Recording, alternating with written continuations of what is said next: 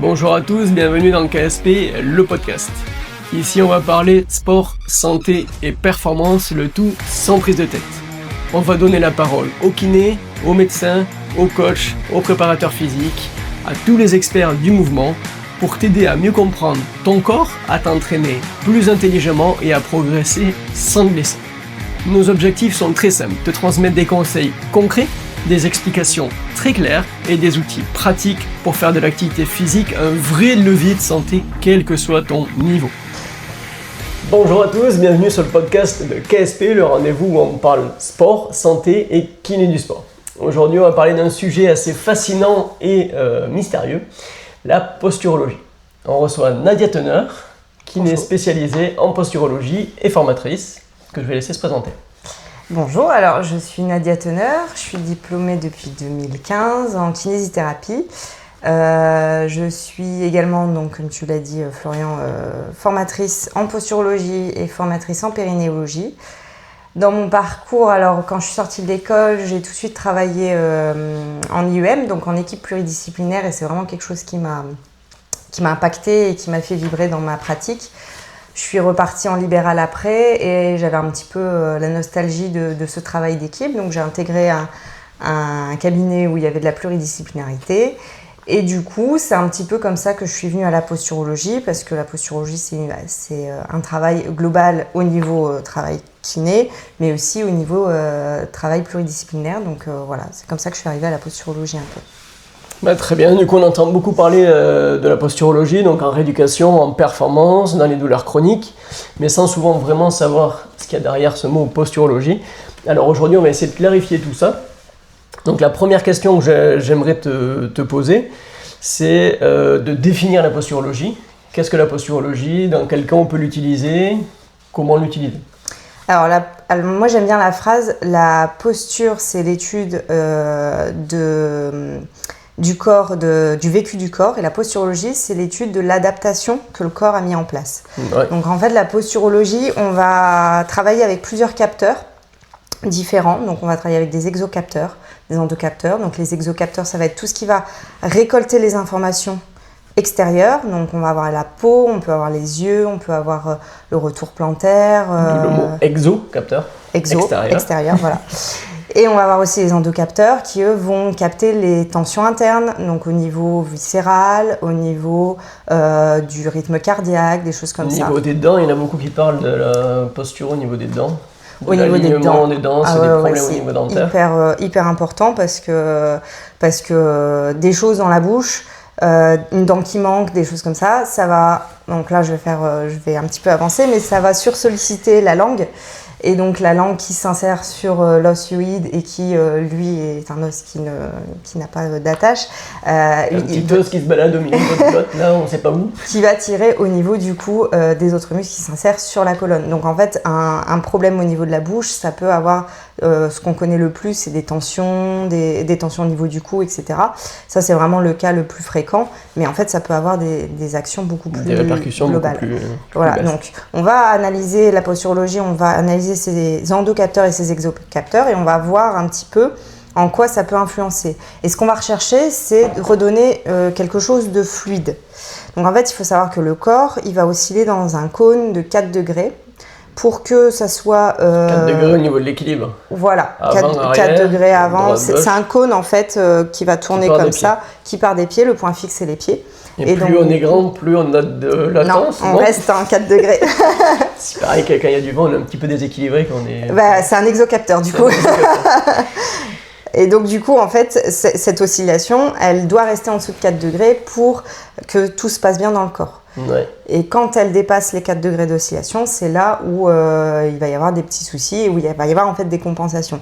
Et la posturologie, on va rechercher les capteurs dysfonctionnels ou en tout cas ou les capteurs qui sont trop sollicités, qui vont donner des hypersonies ou des faiblesses musculaires. Okay. Et c'est en ça où en fait du coup ça va être intéressant dans la pratique kiné. Très intéressant du coup, on parle aussi de chaîne d'équilibre postural. Est-ce que tu peux nous en dire plus là-dessus?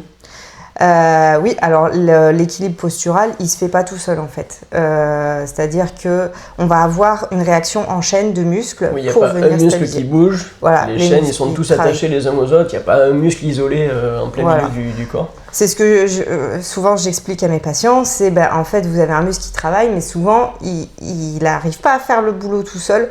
Donc il dit les copains venez m'aider.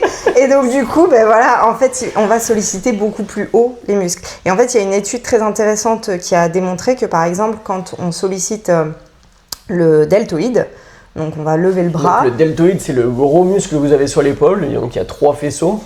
Donc c'est un muscle qui permet de lever l'épaule justement. Voilà. Pour lever l'épaule, pour faire ce mouvement-là, on va d'abord avoir, donc on a mis des capteurs capteurs EMG, merci. C'est des capteurs qui mesurent l'activité musculaire. Et donc en mettant ces capteurs-là, on s'est rendu compte que pour lever le bras, on avait d'abord activé les muscles de la jambe contralatérale pour assurer une stabilité, puis le périnée, puis ensuite les muscles du bras. Donc on va d'abord stabiliser la structure. Donc en gros, le corps est capable d'anticiper le mouvement, mais en gros, quand vous avez la volonté de faire un mouvement, il y a d'autres muscles ailleurs dans le corps qui s'activent pour stabiliser le corps. En fait, le corps, il répond à trois lois. Trois principes. Le premier, l'horizontalité du regard. Oui. Dans les grosses scolioses, souvent on a des doubles scolioses, même dans les très très grosses scolioses, on va avoir une déviation d'un côté en lombaire et une déviation de l'autre côté en thoracique, très souvent. C'est les scolioses, c'est les déviations de la colonne vertébrale dans les 3 plans de l'espace. Et donc du coup, on va avoir cette double déviation pour pouvoir conserver le regard à l'horizontale, parce que c'est par le regard qu'on progresse. Oui, qu'on avance. Souvent, ce que je dis à mes patients, surtout les Parkinson, donc on sort un peu, mais c'est de toute façon, vous allez là où vous regardez. Donc, il ne faut pas regarder par terre, sinon vous allez aller par terre. Oui. Et donc, du coup, je reviens sur mes 3 principes. Donc, le premier, c'est l'horizontalité du regard. Oui. Le deuxième, c'est conserver une oscillation en dessous de 4 degrés. Oui. Pour rester stable. Et le troisième, mais je ne l'ai plus. Il va revenir, vous inquiétez pas. Oui, il va revenir. Ah si, bien sûr, c'est l'économie d'énergie. Il est revenu vite. Hein. Il est revenu vite. C'est souvent ce que je dis à mes patients aussi, et il faut rendre à César ce qui est à César, c'est mon mari qui dit ça. C'est, vous pensez que votre corps il est fainéant, dites-vous que vous pensez que vous êtes fainéant, dites-vous que votre corps l'est encore plus. Oui. Et le principe de base, c'est vraiment économie d'énergie. Dès qu'on peut ne pas solliciter, on ne sollicite pas. C'est pour ça que le moyen de déplacement qu'on utilise, c'est la marche, parce que c'est le moyen de déplacement le plus économe qu'on ait. Voilà. Sinon, on ne fait pas tous nos déplacements courants, ou en faisant des pas chassés, ou en faisant des entrechats. On marche parce que c'est le moyen le plus économe qu'on a, et j'ai beaucoup de patients qui me disent oui, mais quand je leur demande s'ils font du sport, ils me disent oui, je fais de la marche. Alors c'est très intéressant de faire la marche, c'est mieux que de rester sur le canapé, mais c'est quand même le sport le plus économe, même si c'est de la marche rapide par rapport à d'autres sports. Donc la marche est intéressante, mais sachez que c'est le moyen de déplacement le plus économe. Donc très intéressant, donc la posturologie c'est quand même un petit peu flou. Il y en a certains patients qui doivent te dire que c'est presque magique. Du coup, qu'est-ce que tu leur réponds quand... J'aime bien cette notion de magique. Cette notion de magie, même moi qui n'ai pas spécialisé en posturologie, c'est que des fois, quand je te vois manipuler des patients ou quand tu me le fais sur moi-même, c'est qu'il y a des techniques qui sont un petit peu magiques, on va en parler juste après. Donc, qu'est-ce que tu réponds aux patients quand on te parle de magie? Alors, je dis que la magie, c'est juste de la science nous-mêmes, on ne comprend pas comment ça fonctionne. Pas encore. Pas encore, mais ça ne veut pas dire que celui qui le fait ne le comprend pas. Oui. C'est ce que je dis souvent à mes patients. J'ai fait une formation de 3 ans pour ça. Leur expliquer en 5 minutes comment ça fonctionne, c'est un peu ambitieux quand même. Et donc du coup, voilà, si je prends l'exemple, moi j'aime bien la pop culture de Star Wars, qui est sortie en 2001, La Menace Fantôme. Ils sont en train de suivre la course de mobile sur des tablettes. À l'époque, en 2001, c'était de la science-fiction. Aujourd'hui, on a tous des tablettes. Donc, du coup, voilà, à l'époque, c'était vraiment quelque chose de... c'est du futurisme plus. Aujourd'hui, les tablettes, c'est monnaie courante. Donc, du coup, c'est un peu ça. C'est comme les hologrammes. C'est exactement ça. Dans Star Wars, ils ont des hologrammes. Maintenant, on a Mélenchon qui nous fait des conférences en hologramme. Donc voilà, c'est juste ça. C'est juste que nous, individus, on ne comprend pas. Et donc, du coup, pour nous, c'est de la magie. Mais quand on voit des tours de magie expliquer, là, on voit hein, sur Instagram, tout ça, quelquefois, où ils expliquent. Bah oui, quand on nous décompose le truc, on dit « Ah oui, effectivement, c'est juste que l'illusion fait qu'on ne voit pas. » C'est un peu pareil pour la posturo. Ça veut dire que nous, on se base sur des données scientifiques validées, mais l'expliquer aux patients, c'est compliqué. Donc c'est ça le côté un peu magique. Le côté magique au niveau... Mais après, on va aller travailler des choses qui sont vérifiées au niveau scientifique, c'est-à-dire que des données sur les réceptions du tronc cérébral, tout ça. Il y a quand même des mesures qui sont faites, voilà. Comme l'EMG tu disais, ou quand ils ont mesuré le côté opposé via de l'EMG. Donc l'EMG c'est quand même une technologie qui permet justement de mesurer l'activité musculaire, donc ça c'est pas de la magie. Quand on lève l'épaule, il y a bien les muscles du côté opposé qui s'activent. Voilà. Donc concrètement, dans ton cabinet, comment tu évalues la posture d'un patient? Est-ce que tu fais des tests spécifiques ou des... Alors déjà, l'anamnèse. L'anamnèse, c'est hyper important. Donc l'anamnèse, pour ceux qui ne connaissent pas, c'est un mot scientifique, mais en gros, c'est l'histoire du patient. Donc qu'est-ce qui lui est arrivé, comment ça lui est arrivé, quand ça lui est arrivé, quel âge il a, ses antécédents. Enfin, tout ça, ça nous permet de faire l'histoire un peu du patient et de sa pathologie. Alors, des données que j'essaye de ne pas oublier dans l'anamnèse, c'est déjà, est-ce qu'il y a eu des chutes sur les fesses depuis l'enfance, importantes, parce que, en fait, au niveau sacrum, donc au niveau du bassin... Alors, le sacrum, pour ceux qui ne connaissent pas, c'est le morceau d'os que vous avez juste au-dessus des fesses qui se finit par le coccyx. Le coccyx, en principe, on voit ce que c'est. Du coup, le sacrum, il est juste au niveau du... C'est mal au coccyx. Voilà. Le coccyx, il est juste en dessous du sacrum.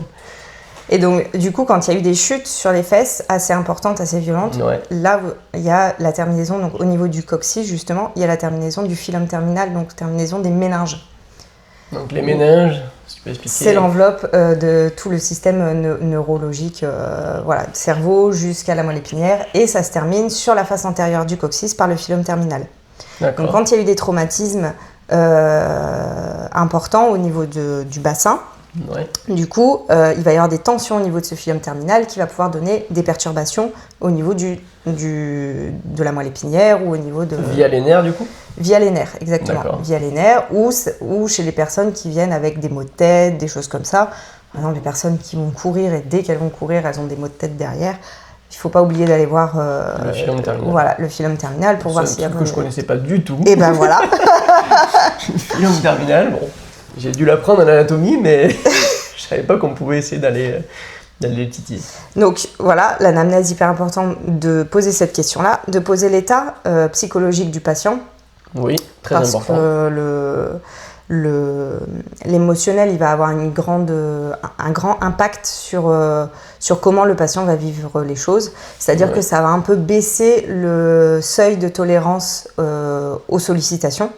On voit s'il est stressé ou qu'il est angoissé ou qu'il est... Voilà, il va plus facilement se blesser, il va plus facilement avoir de douleurs, en tout cas ressenti. En fait, ça va baisser ce qu'on appelle, dans l'irritabilité, on a l'anociception qui est tout ce qui est inconscient. Oui. Donc c'est de l'irritabilité mais qui est pas conscientisée. Donc on l'a quand même.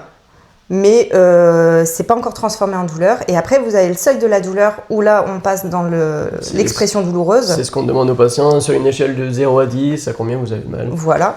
Ça, c'est la douleur. Mais vous pouvez être dans la nociception sans être dans la douleur. Oui, du coup, c'est de la gêne. C'est de la gêne ou même pas? Ça peut être de la gêne, ça peut être considéré comme de la gêne ou ça peut ne pas du tout être ressenti. Okay. Et demain, vous avez votre mari qui vous quitte, votre enfant qui vous demande de se faire un piercing au nombril.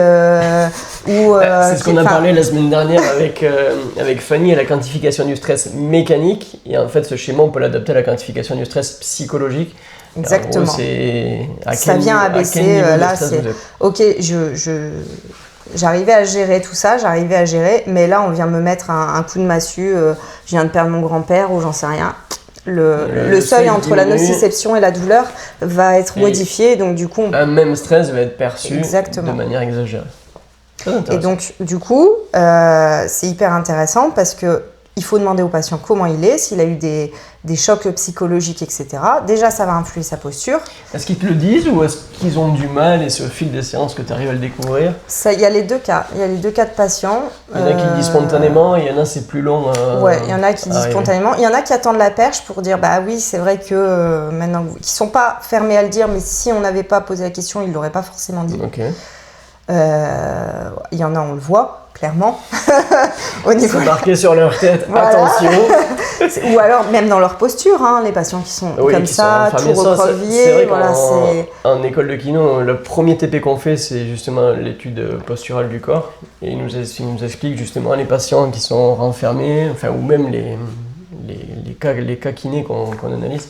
C'est vrai qu'il y en a qui sont vraiment renfermés, il y en a qui sont extravertis. Donc je pense que ça a une vraie incidence sur le passé du patient.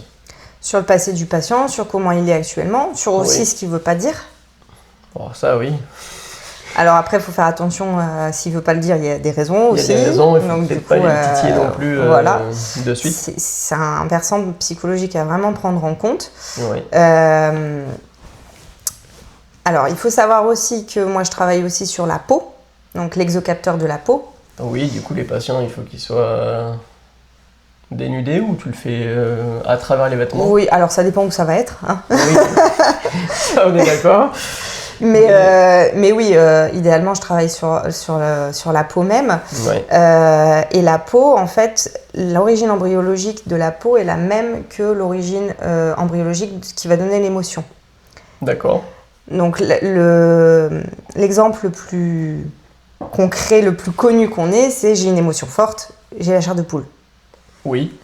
Voilà. C'est lié justement dans cette... C'est lié. D'accord. Donc, en fait...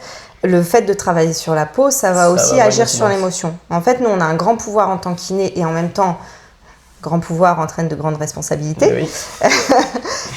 C'est que on touche les gens.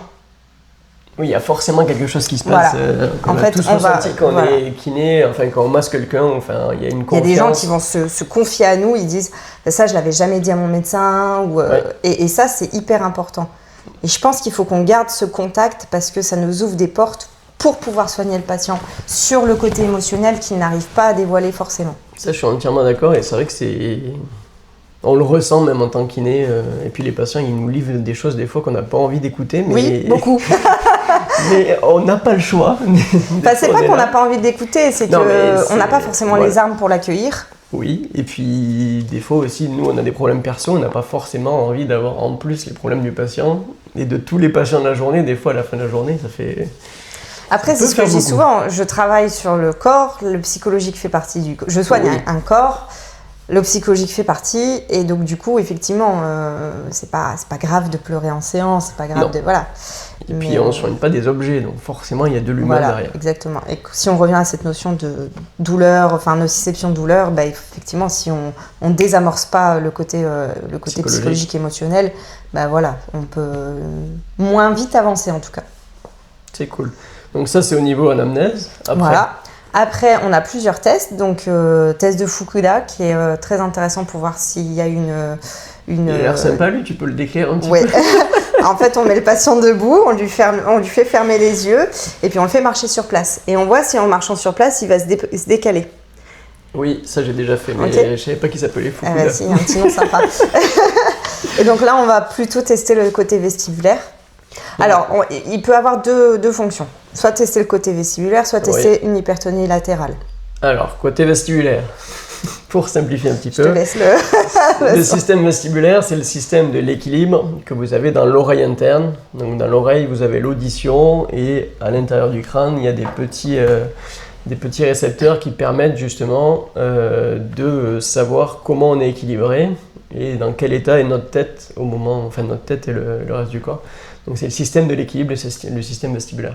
Et l'hypertonie, c'est ça que tu dis, hypertonie? Ouais, latérale. L'hypertonie latérale, c'est une hypersollicitation musculaire. Donc la tonicité, c'est l'état du muscle, et s'il est hypertonique, c'est-à-dire qu'il est trop contracté. Donc tu testes l'hypertonie latérale, mais du coup ça veut dire qu'il est hypertonique d'un côté, donc il va tourner de ce côté-là? C'est ça. En fait, quand il est en appui unipodal, du coup, ces muscles de la jambe trop toniques vont tourner vers ce côté-là. D'accord. Donc du coup, on va avoir une orientation. Il piétine sur place et petit à petit, on se rend compte qu'il tourne d'un côté. Qui va tourner d'un côté et du coup, voilà. En fait, les tests qu'on va faire, ça va nous donner une orientation. On va pas dire c'est ça, c'est ça te donne une orientation thérapeutique et après toi, tu vas pousser dessus. C'est pour déblayer un peu le terrain, pour essayer d'aller un petit peu plus rapide, on va dire. Attention, il faut faire des tests pour arriver à savoir. C'est pas de la magie. Ouais, exactement. Donc, Fukuda. Ça, Fukuda. On va avoir test posture-dynamique, donc là où on va plus analyser la colonne, les compensations au niveau de la colonne, Donc là, les flexion, étages. extension. Alors, on est sur de l'inclinaison pour le posture-dynamique. D'accord. Tu vois, tu as des cassures sur la colonne? Alors, on ne regarde pas s'il y a des cassures, on regarde si le mouvement est physiologique au niveau de la rotation des vertèbres par rapport au Oui, c'est mouvement. vrai que normalement, quand tu t'inclines, il y a une rotation Exactement. des vertèbres en fonction des étages qui n'est pas la même. Exactement. Si Et je donc, me du souviens coup, si on a une rotation neutre, enfin, s'il n'y a pas de rotation, on dit que c'est dysfonctionnel. Et s'il y a une rotation inverse, on dit que c'est dysfonctionnel aussi. Donc, on va aller chercher à cet étage-là. Oui, et du coup, exemple, tu testes étage par étage ou tu fais Étage par global? étage. D'abord la tête, puis Après, le le thoracique, tronc, puis le lombaire. D'accord. Et Ok. tu vois s'il y a une... Ouais. Et du coup, pareil, test d'orientation, ça va nous orienter s'il y a une dysfonction à Donc ça, cet c'est le endroit-là. deuxième test. Ensuite, Ensuite, on peut travailler avec la baguette de Maddox. Donc, c'est c'est une baguette magique. Ouais. C'est une baguette rouge, enfin un rond rouge qu'on utilise pour voir s'il y a une dysfonction visuelle. En fait, on met une lumière au mur Oui. et la baguette va nous orienter, enfin va nous faire, va transformer ce point en ligne D'accord. verticale ou horizontale. Et en fait, si les points viennent se superposer, ça veut dire que tout va bien. Et si non, ça veut dire qu'on peut avoir une dysfonction visuelle. Ok. Donc là, moi, en tant que tel, soit je vais aller voir au niveau visuel, Oui. au niveau des nerfs qui régissent la vision, soit je réoriente vers l'orthoptiste. D'accord. Donc c'est en ça que Ouais, c'est tu peux intéressant orienter, parce que du coup on peut réorienter. Quand c'est en dehors de tes compétences, Exactement, tu ça c'est transfères, hyper important. C'est qu'on n'est pas, magicien. Dieu. hein. Même On si tu est as la que- baguette magique, Voilà. Et que c'est important de savoir ses limites et de dire bah ça ouais ok, et ça, je j'ai peux pas identifié traiter, ça mais c'est pas de mon ressort. Donc, je peux pas traiter, donc je réoriente. Voilà. Et on va aussi utiliser, moi j'aime bien le test sur mousse. Alors, Donc le petit- C'est le posturodynamique, petit bonhomme? ouais, le petit bonhomme en mousse. Le posturodynamique, je le fais dans un premier temps et je le fais aussi sur mousse. Donc tu le mets sur une mousse. Sur une mousse fine qui va supprimer ce qu'on appelle les épines irritatives d'appui plantaire. Donc ça, c'est toutes les épines irritatives, on va y revenir tout à l'heure, mais en gros, c'est tous les... Bon, on peut en parler maintenant. Ouais, on peut en parler maintenant. C'est un peu le caillou dans la chaussure qui va pas être gênant en tant que tel à l'instant T, mais Au si bout vous faites de 10 kilomètres. km, il Avec commence un à caillou dans la franchement nous Vous énerve. agacer. Et en fait, c'est un peu ça. C'est alors là, c'est une métaphore C'est une stimulation en gros externe. permanente, ouais, qui va faire que du coup, on va modifier la façon dont on marche, Oui. qui va se répercuter du coup Et plus du haut. coup, ça peut être un caillou, bon, c'est pour essayer de faire un exemple, mais en gros, ça peut être un frottement sur la chaussure qui est trop serrée. Enfin, c'est quelque chose qui vient stimuler une partie du pied de manière récurrente. Moi, ça m'est déjà arrivé aussi à des chaussures trop usées. Ouais. Enfin, la semelle de confort dans la chaussure était hyper usée à un endroit parce que j'avais un hyper appui à cet endroit-là. Et du coup, j'arrivais en dessous sur la semelle en caoutchouc. semelle en caoutchouc et du coup, ça m'avait provoqué des irritations.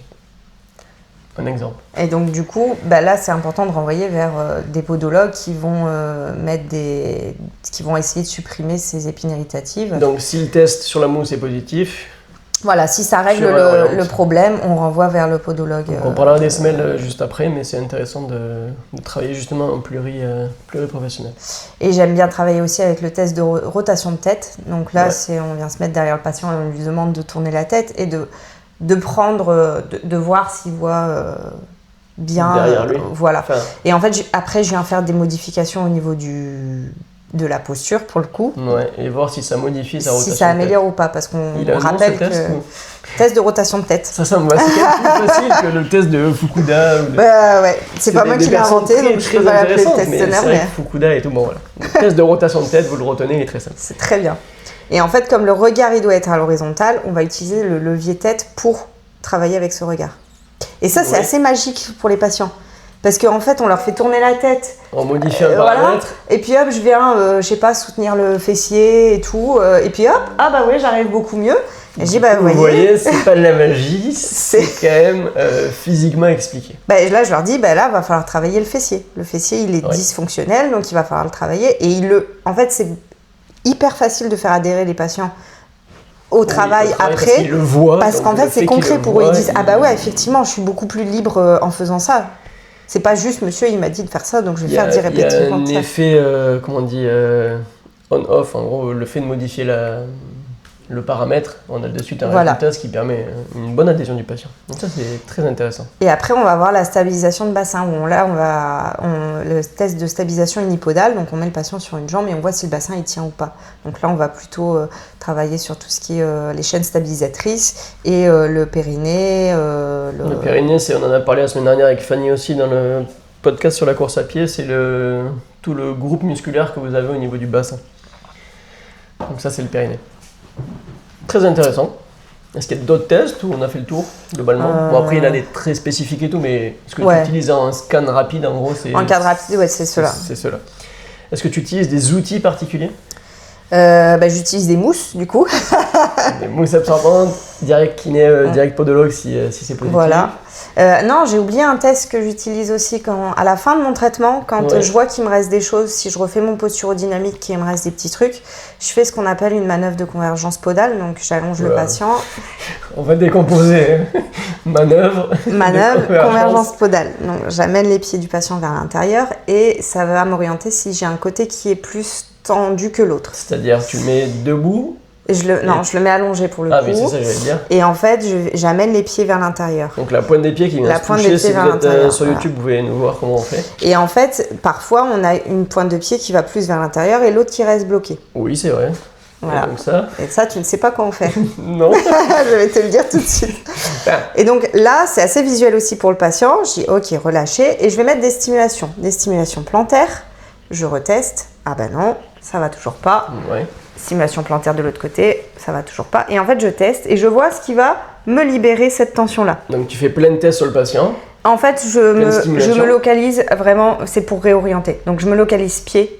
D'accord. Si ça réagit, podologue. Et si ça réagit pas, tu vas... Et si ça réagit pas, je teste bouche. Si ça réagit, maxillofacial. D'accord. Oui, donc il y a des kinés qui sont spécialisés en maxillofacial. Exactement. Donc toi, quand c'est comme ça, tu réorientes. Je réoriente, je ne m'y connais pas là-dedans. Toi, tu as un collègue qui est spécialisé ici, donc ouais, tu réorientes vers un collègue. Mais sinon, c'est une autre spécialité.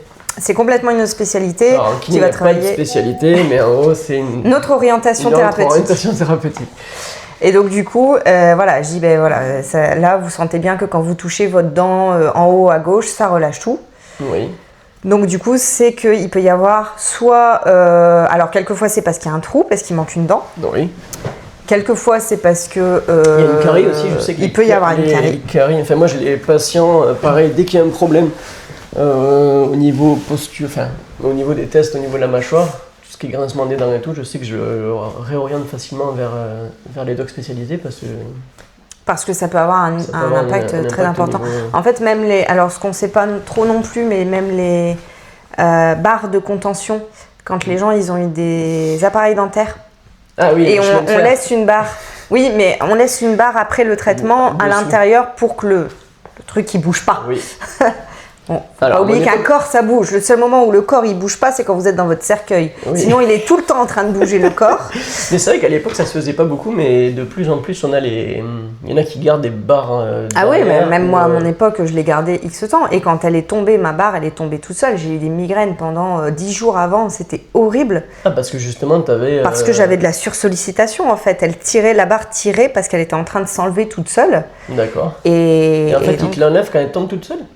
Ou non, tu peux l'enlever Bah non, elle est collée avec de la résine, donc c'est soit elle n'est pas censée partir, ou alors il faut le faire enlever par un orthodontiste ou même le dentiste. Ouais. Mais du coup, le problème aussi, c'est que par exemple, pour prendre mon cas, j'avais un morceau qui n'était pas enlevé, et le reste un morceau qui était enlevé et le reste qui restait collé. Donc en fait, je passais mon temps à jouer avec ma langue. dessus. Ça, on a tous Donc fait. là, C'est plein des appareils, on a voilà, tout fait. on sursollicite la langue, on sursollicite le nerf hypoglosse. Le nerf Retenez hypoglosse. pas le nom du nerf, hein, vous en souviendrez pas demain, mais il s'appelle le nerf hypoglosse. Le nerf hypoglosse, il est en étroite relation avec le nerf accessoire qui lui innerve les trapèzes. Bam, les trapèzes, c'est vraiment le muscle qui est numéro 1 quand on a des justement, tensions. moi je travaille beaucoup en cervical pour les problèmes au niveau des cervicales et c'est pareil, à chaque fois qu'il y a un problème cervical, il faut tout le temps aller checker dentiste et problème au niveau... Et on ne le sait pas assez, mais au niveau posturaux, je demande toujours aussi, je ne l'ai pas dit, mais les piercings. Ah oui, justement, c'est quoi l'impact des piercings? Est-ce que les boucles d'oreilles est un piercing? Alors la boucle d'oreille n'est pas un piercing. Parce que c'est dans la peau... Voilà. Alors, en soi, on peut avoir des significations émotionnelles, tout ça, mais bon, on ne va pas s'attarder là-dessus. Et là, c'est encore une autre... c'est autre chose. Thérapie, non? Ouais. Alors ça, il y en a qui utilisent... Comment ça s'appelle pour les pieds, là, les masseuses des pieds, c'est... la réflexologie plantaire et la réflexologie oculaire, je crois. Ouais. Avec des petites épines. Et il y a même des perceurs qui vont mettre des piercings. Alors je crois que c'est ici pour le côté migraine. Ouais, mais dis-le à l'oral parce que pour le podcast. Pardon, au niveau du tragus. Ouais, au niveau. Oui, du coup, c'est le petit morceau de peau que vous avez à l'intérieur de l'oreille. Et donc, il y a certaines thérapies qui prennent ça, qui mettent un piercing à cet endroit-là pour solliciter le nerf, justement. D'accord. Pour stimuler le nerf. Ça va faire hyper mal. Apparemment, alors je n'ai pas d'article scientifique là-dessus, mais dans certains cas de migraine, ça peut apporter un... Et du coup, tu parles des piercings à ce niveau-là ou même au niveau du nombril, au niveau... Alors au niveau du nombril, ça va forcément perturber la posture. D'accord. Mais pareil, en bien ou en mal? Plutôt en mal. Pareil, ça a une signification émotionnelle, mais on ne va pas l'aborder ici. Et le piercing au niveau de la langue, là, c'est un peu cata, parce qu'on est vraiment sur un muscle. Là, on vient percer. Quand les autres piercings vont plutôt aller au niveau de la peau, là, on vient au niveau du muscle. Donc à chaque fois, tu demandes s'il y a piercing, et du coup, s'il y a piercing qui a un problème en relation avec le piercing. Ouais, toujours demander, parce que souvent, les piercings, c'est associé à un moment de vie particulier. Oui, en gros, c'est une personne qui l'a fait pour une signification particulière. Exactement. Des tatouages. Voilà, exactement. Donc du coup, pas dire « Oh là là, vous avez des migraines », faut enlever tous vos piercings. Hein. Oui. Ouais, surtout si c'est dû à un moment de vie particulier, on va éviter. Mais d'accord. Donc piercing, si vous avez des piercings, pensez-y, ou des patients qui ont des piercings si vous êtes kiné. Mais voilà, pour mes tests, je vais utiliser ça. Je ne vais pas utiliser de plateforme de force parce que les plateformes de force, je vais le donner à quelqu'un. Donc tu vas réorienter. Oui, je vais réorienter parce que moi, je vais traiter tout ce qui est parasitage.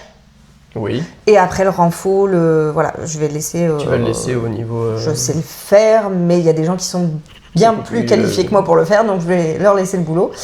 Et puis est-ce que tu fais des tests oculomoteurs? Non. Je sais que j'utilise des tests de convergence oculaire. Ah oui, test de convergence oculaire, ça m'arrive de le faire. En gros, c'est juste un stylo, vous le rapprochez et on voit si... si ça suit bien le stylo. Si les yeux suivent le stylo ou s'il y a un œil qui part d'un côté ou de l'autre. à l'autre, comme on dit. Ouais. Et du coup, moi à ce moment-là, je sais que j'oriente orthoptiste. Enfin, je n'ai pas d'autres professions, ophtalmo, mais orthoptistes, ils sont très compétents là-dessus pour justement venir travailler les muscles oculaires. Très bien. J'utilise aussi une application. Oui, on n'a pas parlé des lasers et des applications justement. Est-ce que tu utilises le laser qui est vachement utilisé en posturo? Alors, laser statique, non. Non, jamais, parce que tu l'utilises en dynamique du coup? Ou pour faire prendre conscience? Ouais, plutôt ça, pour de la poursuite oculaire.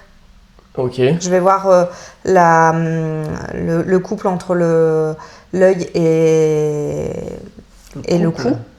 Ouais. C'est joliment dit. Je vais voir s'il y a une bonne poursuite oculaire. En gros, si tout n'est pas compensé par les yeux. Tu fais comme avec les chats, là, tu mets le laser. Exactement. Mais en plus, j'ai deux lasers de chat. Vraiment, ça s'est trouvé à 7 balles sur Amazon. Du coup, le patient, il suit avec le laser, voir si... c'est ça, en fait, on dissocie. Soit il fixe un point et puis on vient tourner la tête et les yeux doivent fixer le point. Soit la tête ne doit pas bouger et le point bouge et ce sont les yeux qui bougent. Ah oui, donc tu te mets devant lui, tu fais la poursuite et tu regardes si soit la tête bouge, les yeux sont fixes, soit les yeux sont mobile et la tête fixe. Et du coup, là, ça va pouvoir m'orienter aussi. Est-ce que j'ai plutôt un souci au niveau nerveux oculaire ou plutôt un souci au niveau céphalogyré? Donc, le fait de poursuivre... Le fait de poursuivre entre la poursuite entre la tête et les yeux. Retenez la poursuite. Hein. Il y a beaucoup de mots compliqués, on va essayer de les... Tu vas faire un glossaire à la fin. On va faire un glossaire en bas du podcast, vous aurez le glossaire avec tous les mots compliqués de Nadia. Voilà, et après, donc, j'ai une application aussi où je prends les patients en photo. Oui. Donc, qui va analyser un petit peu l'antériorité, enfin la ligne gravitaire antérieure, postérieure, qui va analyser bascule de bassin et tout. De face, de profil, et du coup, tu leur face, fais prendre profil, conscience. dos. Je leur fais prendre conscience, déjà c'est un bon feedback parce que du coup ils disent ah bah oui, bah non je me voyais pas comme ça. Oui, en gros c'est le patient qui a propulsion, donc en arrière, le patient qui a antépulsion en avant. Voilà. Ok. Et c'est aussi un bon outil pour plus tard faire le comparatif. Oui. Ok, vous avez fait vos exercices d'abdos bas, je vais dire n'importe quoi. Ouais. Vous voyez, votre bassin il est beaucoup moins projeté vers l'avant. Donc tu leur fais faire des exercices et ils les font quand même. Ben oui, quand ils ont vu avec la céphalogyrie que ça libérait. Ça tournait pas dans le bon sens, ils se disent bon allez on va faire des exercices. Donc ça c'était pour les outils. Si on parle un peu de science, donc on sait qu'il n'y a pas de preuves scientifiques, il n'y a pas de consensus absolu au niveau de la posturologie, que c'est très controversé, il y en a qui sont totalement contre, ils disent que c'est du charlatanisme, il y en a qui disent que ça marche. Du coup, aujourd'hui où c'est qu'on en est au niveau de la science, où c'est qu'on en est et qu'est-ce qu'on sait qu'on ne sait pas et qu'est-ce qui reste à explorer? Alors, quand moi j'ai commencé la posturologie, effectivement, on pouvait se dire... Moi, j'ai commencé parce qu'on a testé sur moi et j'ai dit c'est génial. Donc, oui, c'est vraiment le ressenti... été le patient... voilà, patient converti, en fait. Patient converti. Et donc, du coup, voilà. Mais c'est vrai, quand on est dans les cours, on a quand même beaucoup d'études qui étaient assez anciennes, qui sont importantes. Hein, des études qui vont analyser l'anatomie. L'anatomie ne va pas changer parce qu'on est en 2025. Il y a la nomenclature qui a changé en 2002, mais globalement, ça reste quand même la même chose. Ouais. Donc du coup, il y a des choses qui sont immuables. C'est pas parce que les études sont anciennes que ça reste, que ce n'est plus vrai. Aujourd'hui, depuis à peu près 2021, il y a énormément d'études qui sortent sur l'action anticipatrice du corps à un mouvement. Sur les... C'est un peu l'exemple qu'on a donné juste au début avec le deltoïde. Donc en gros, l'action anticipatrice, c'est ce qu'on a dit au début, quand on lève le bras, le corps anticipe et avant même de lever le bras, on a l'autre côté qui se contracte pour limiter le mouvement. Ça, pareil, là j'ai lu une étude il y a, je crois il y a une semaine, quelque chose comme ça, de 2023 me semble-t-il, sur la contraction, l'intensité de la contraction périnéale qui était augmentée par la co-contraction des fessiers. D'accord. Et donc du coup, voilà, ça ouvre plein de champs possibles sur la synergie entre les deux. Quand avant on disait ah non, il faut surtout pas se contracter les fessiers quand on contracte le périnée. Oui, mais en fait on le fait inconsciemment. Et en fait le corps il fonctionne comme ça. C'est les chaînes dont on parlait tout à l'heure. C'est les copains venaient m'aider. Et donc du coup voilà, c'est un non-sens que de dire on va travailler le périnée de manière isolée, on va travailler le deltoïde. Ah non, il faut surtout pas compenser avec les autres. Non, dans la vie de tous les jours ça fonctionne pas comme ça. Ça fonctionne pas comme ça et maintenant ça avance là-dessus. Ça avance beaucoup là-dessus. Et c'est chouette parce que du coup, ça apporte du crédit.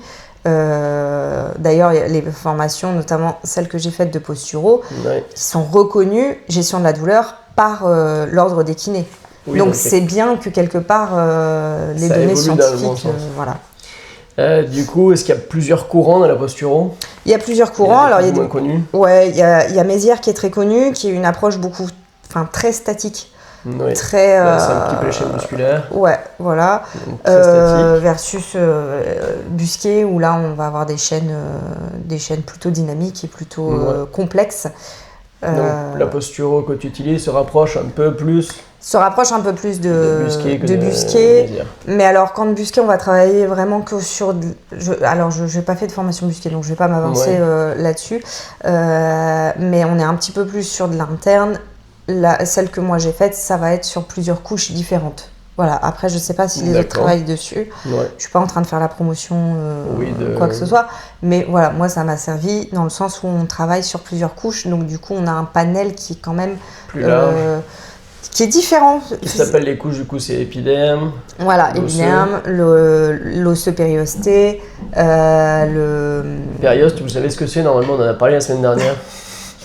C'est le périoste, c'est la membrane qui entoure tous les os et qui donne du coup la périostite, qui est une douleur au niveau du bas de la jambe. Et du coup, Nadia travaille sur cette enveloppe qui entoure les os. Voilà, parce que l'os, il est innervé, et donc du coup, on va travailler sur libération des nerfs à ce niveau-là qui viennent. Donc voilà, on va avoir le périoste, on va avoir l'artériel, on va avoir le neural, on va avoir le neuromusculaire, on va avoir le discal. Voilà, donc on a il y a plein de domaines dans la même. Plein d'outils. Donc très intéressant. Du coup, ça avance dans le bon sens. Bon, après, le problème des études aussi qu'il y a au niveau de la littérature, c'est qu'il y a beaucoup d'études qui montrent quelque chose qui marche, mais il y a plein d'études qui ne sont pas publiées parce que justement elles ne montrent rien, et du coup on n'arrive pas à pondérer la science. La science ne montre que des choses qui marchent, et du coup on a du mal à pondérer un petit peu avec d'autres études qui montrent tout simplement qu'on ne sait pas. Donc, qui et ce qui est important, c'est aussi ce qu'on ressent. Oui. Moi, je suis très scientifique à la base, je suis à fond sur la littérature, sur les preuves scientifiques, mais de plus en plus, j'essaie de m'ouvrir un petit peu sur d'autres approches qui me paraissent intéressantes, même s'il n'y a pas d'articles qui disent que ça marche à 100%. Je pense que c'est un peu la boîte à outils du kiné. Si on peut développer un petit peu sur la boîte à outils. Alors oui, moi ce que je dis toujours dans mes formations, quand j'ai des élèves, des choses comme ça, c'est que en fait, vous sortez de l'école, vous avez une trousse avec un crayon gris dedans. Ça vous... Très belle image. Voilà. On est débutants, novices, on a un petit crayon. On peut faire des croquis. On peut faire des croquis, on peut écrire, il n'y a pas de souci. On peut écrire très bien, on peut... Voilà. Au fur et à mesure des formations, on va avoir un stylo, on va avoir un stylo bleu, un stylo vert, un stylo rouge, un stylo machin. Le multicouleur aussi, très important. Le 4 couleurs, très important. On va avoir des crayons de couleur, on va avoir des feutres. Chaque formation qu'on va faire, c'est un outil en plus, c'est c'est comme ça que je le concevrai aussi. Et donc du coup, après on va être plus à même, si je dois par exemple écrire un rendez-vous vite fait sur un post-it à un patient, telle heure, machin, crayon gris, bam bam, voilà, c'est fait. Si je dois écrire un courrier officiel, je vais plutôt aller chercher le stylo plume. Si je dois écrire... quelque chose sur un tableau, des exercices sur un tableau, je vais plutôt aller chercher un Velleda ou quelque chose comme ça. Et en fait, ça ne veut pas dire que je n'utilise plus jamais mon crayon gris, ça ne veut pas dire que je n'utilise que mon stylo plume, parce que j'ai appris à écrire avec un stylo plume et c'est super. Les outils en fonction de ce que j'ai besoin à l'instant T, voilà, j'utilise ce dont j'ai besoin. Donc en fait, c'est pas parce que j'ai fait de la posturo que j'utilise de la posturo pour tous mes patients. Donc la posturo, ça serait le Mont Blanc. Ça serait le Mont Blanc, c'est le must, c'est le truc qui non, voilà. Tout ça pour dire que oui, on a plusieurs outils et moi je le conçois comme ça aussi. Je pense que les kinés de plus en plus le conçoivent comme ça. Il n'y a pas une formation ou un outil qui est magique, c'est vraiment utiliser le bon outil au bon moment qui va nous permettre de soulager au mieux les patients. Et puis il y a des patients chez qui ça va, enfin qui vont pas adhérer, et puis même qui vont pas adhérer, qui vont pas adhérer au traitement, qui vont prendre pour une magicienne et qui du coup vont pas te croire. Alors c'est tout, il faut pas aller là-dedans avec eux, il faut aller dans ce que... Tu utiliseras un autre crayon. Voilà, un autre crayon, et puis... Même si je trouve que c'est plus joli d'écrire avec un Mont Blanc, si lui il n'a pas envie et qu'il a envie que j'écrive avec un crayon gris, j'écris avec un crayon gris, c'est pas grave. C'est là où on peut en revenir sur l'evidence-based practice, en gros... le fait que ce soit basé sur la science. Dans cette evidence-based practice, d'un côté il y a le patient, d'un côté il y a le thérapeute et de l'autre côté il y a la science, et du coup il faut prendre en compte les trois approches. C'est-à-dire que si la science dit qu'il y a quelque chose qui marche à tous les coups, qui est vraiment parfait, si le kiné maîtrise cette technique mais que le patient n'adhère pas du tout, du coup à ce moment-là il n'y a aucun intérêt à utiliser cette technique parce que le patient il ne va pas adhérer du tout. A contrario, si le patient il veut que des massages de bien-être et que le kiné il lui explique que c'est pas très intéressant et que la science dit que les massages c'est pas miraculeux, il va falloir essayer d'expliquer aux patients que peut-être faudrait faire autrement. En gros, il faut qu'il y ait un consensus, il ne faut pas aller à l'encontre du patient, il faut essayer de l'amener vers ce qui est le mieux pour lui, il faut prendre en compte ses croyances. Et moi je trouve que le patient, on le met un petit peu trop de côté, il est quand même capable de prendre ses décisions. Les nouvelles générations de kinés ont tendance à être à fond dans la science, si c'est pas prouvé ça marche pas. Alors c'est pas tant ça, c'est que le patient, si on lui explique et qu'on lui explique bien, l'éducation thérapeutique c'est primordial. Oui, il veut comprendre. En fait il est à même de comprendre. Oui. Après il prend ses décisions, il dit oui j'ai compris que effectivement le renforcement c'était mieux. Mais moi, aujourd'hui, psychologiquement, je peux pas. Parce que j'ai eu une journée pourrie, parce que j'ai juste envie de rien faire, c'est tout. C'est lui qui a pris sa propre décision. Notre approche thérapeutique. Exactement. Pour essayer d'être. Et je dis pas que c'est lui qui doit définir le traitement. Non, mais il faut on a les patients qui nous ressemblent aussi, c'est-à-dire que voilà. Ça, c'est une certitude. mais voilà, faut pas penser que les patients, que nous on a la science et qu'on doit utiliser la science pour les patients sans leur expliquer. Oui. Ils sont à même de comprendre si on utilise des métaphores, si on utilise des mots simples. Ça t'adore. Ah ouais, moi j'adore. On a remarqué. Donc finalement, bon, c'est une approche qui est en évolution, on a des bases physiologiques qui sont claires, et la littérature qui est hétérogène, mais il y a de plus en plus d'études qui s'y intéressent. Après, encore une fois, les études elles sont compliquées à mener en posturo et même dans d'autres champs de la kiné. En pharmacologie, vous prenez un médicament, VS un placebo, du médicament et du sucre, enfin un morceau de sucre. Ouais, c'est plus facile. Du coup, vous pouvez prendre deux groupes de patients, un vous leur donnez le sucre, l'autre le médicament, et vous voyez si les médicaments ont un vrai effet ou si c'est l'effet placebo. Qui d'ailleurs, l'effet placebo pour moi est méga important en kiné, même si c'est l'effet placebo et que ça aide le patient, mais je vois pas pourquoi on ne l'utiliserait pas. Donc c'est méga intéressant, mais du coup en kiné c'est beaucoup plus complexe de mener des études de haut niveau parce que justement on ne peut pas avoir deux cohortes avec un patient à qui on fait semblant de faire le traitement parce qu'au final le fait de le manipuler c'est déjà un traitement, donc on ne peut pas ne pas faire de traitement. Bon, en tout cas il s'en rendrait compte, donc c'est plus difficile à mener, mais c'est pas pour autant que ça ne marche pas. Donc il ne faut pas tout jeter à la poubelle. Donc là on a fait un petit peu le tour de la posturologie, maintenant on va essayer de voir la posturologie en pratique, donc on va essayer de prendre 4 cas pratiques. Okay. On va prendre un coureur qui fait de la course à pied, forcément.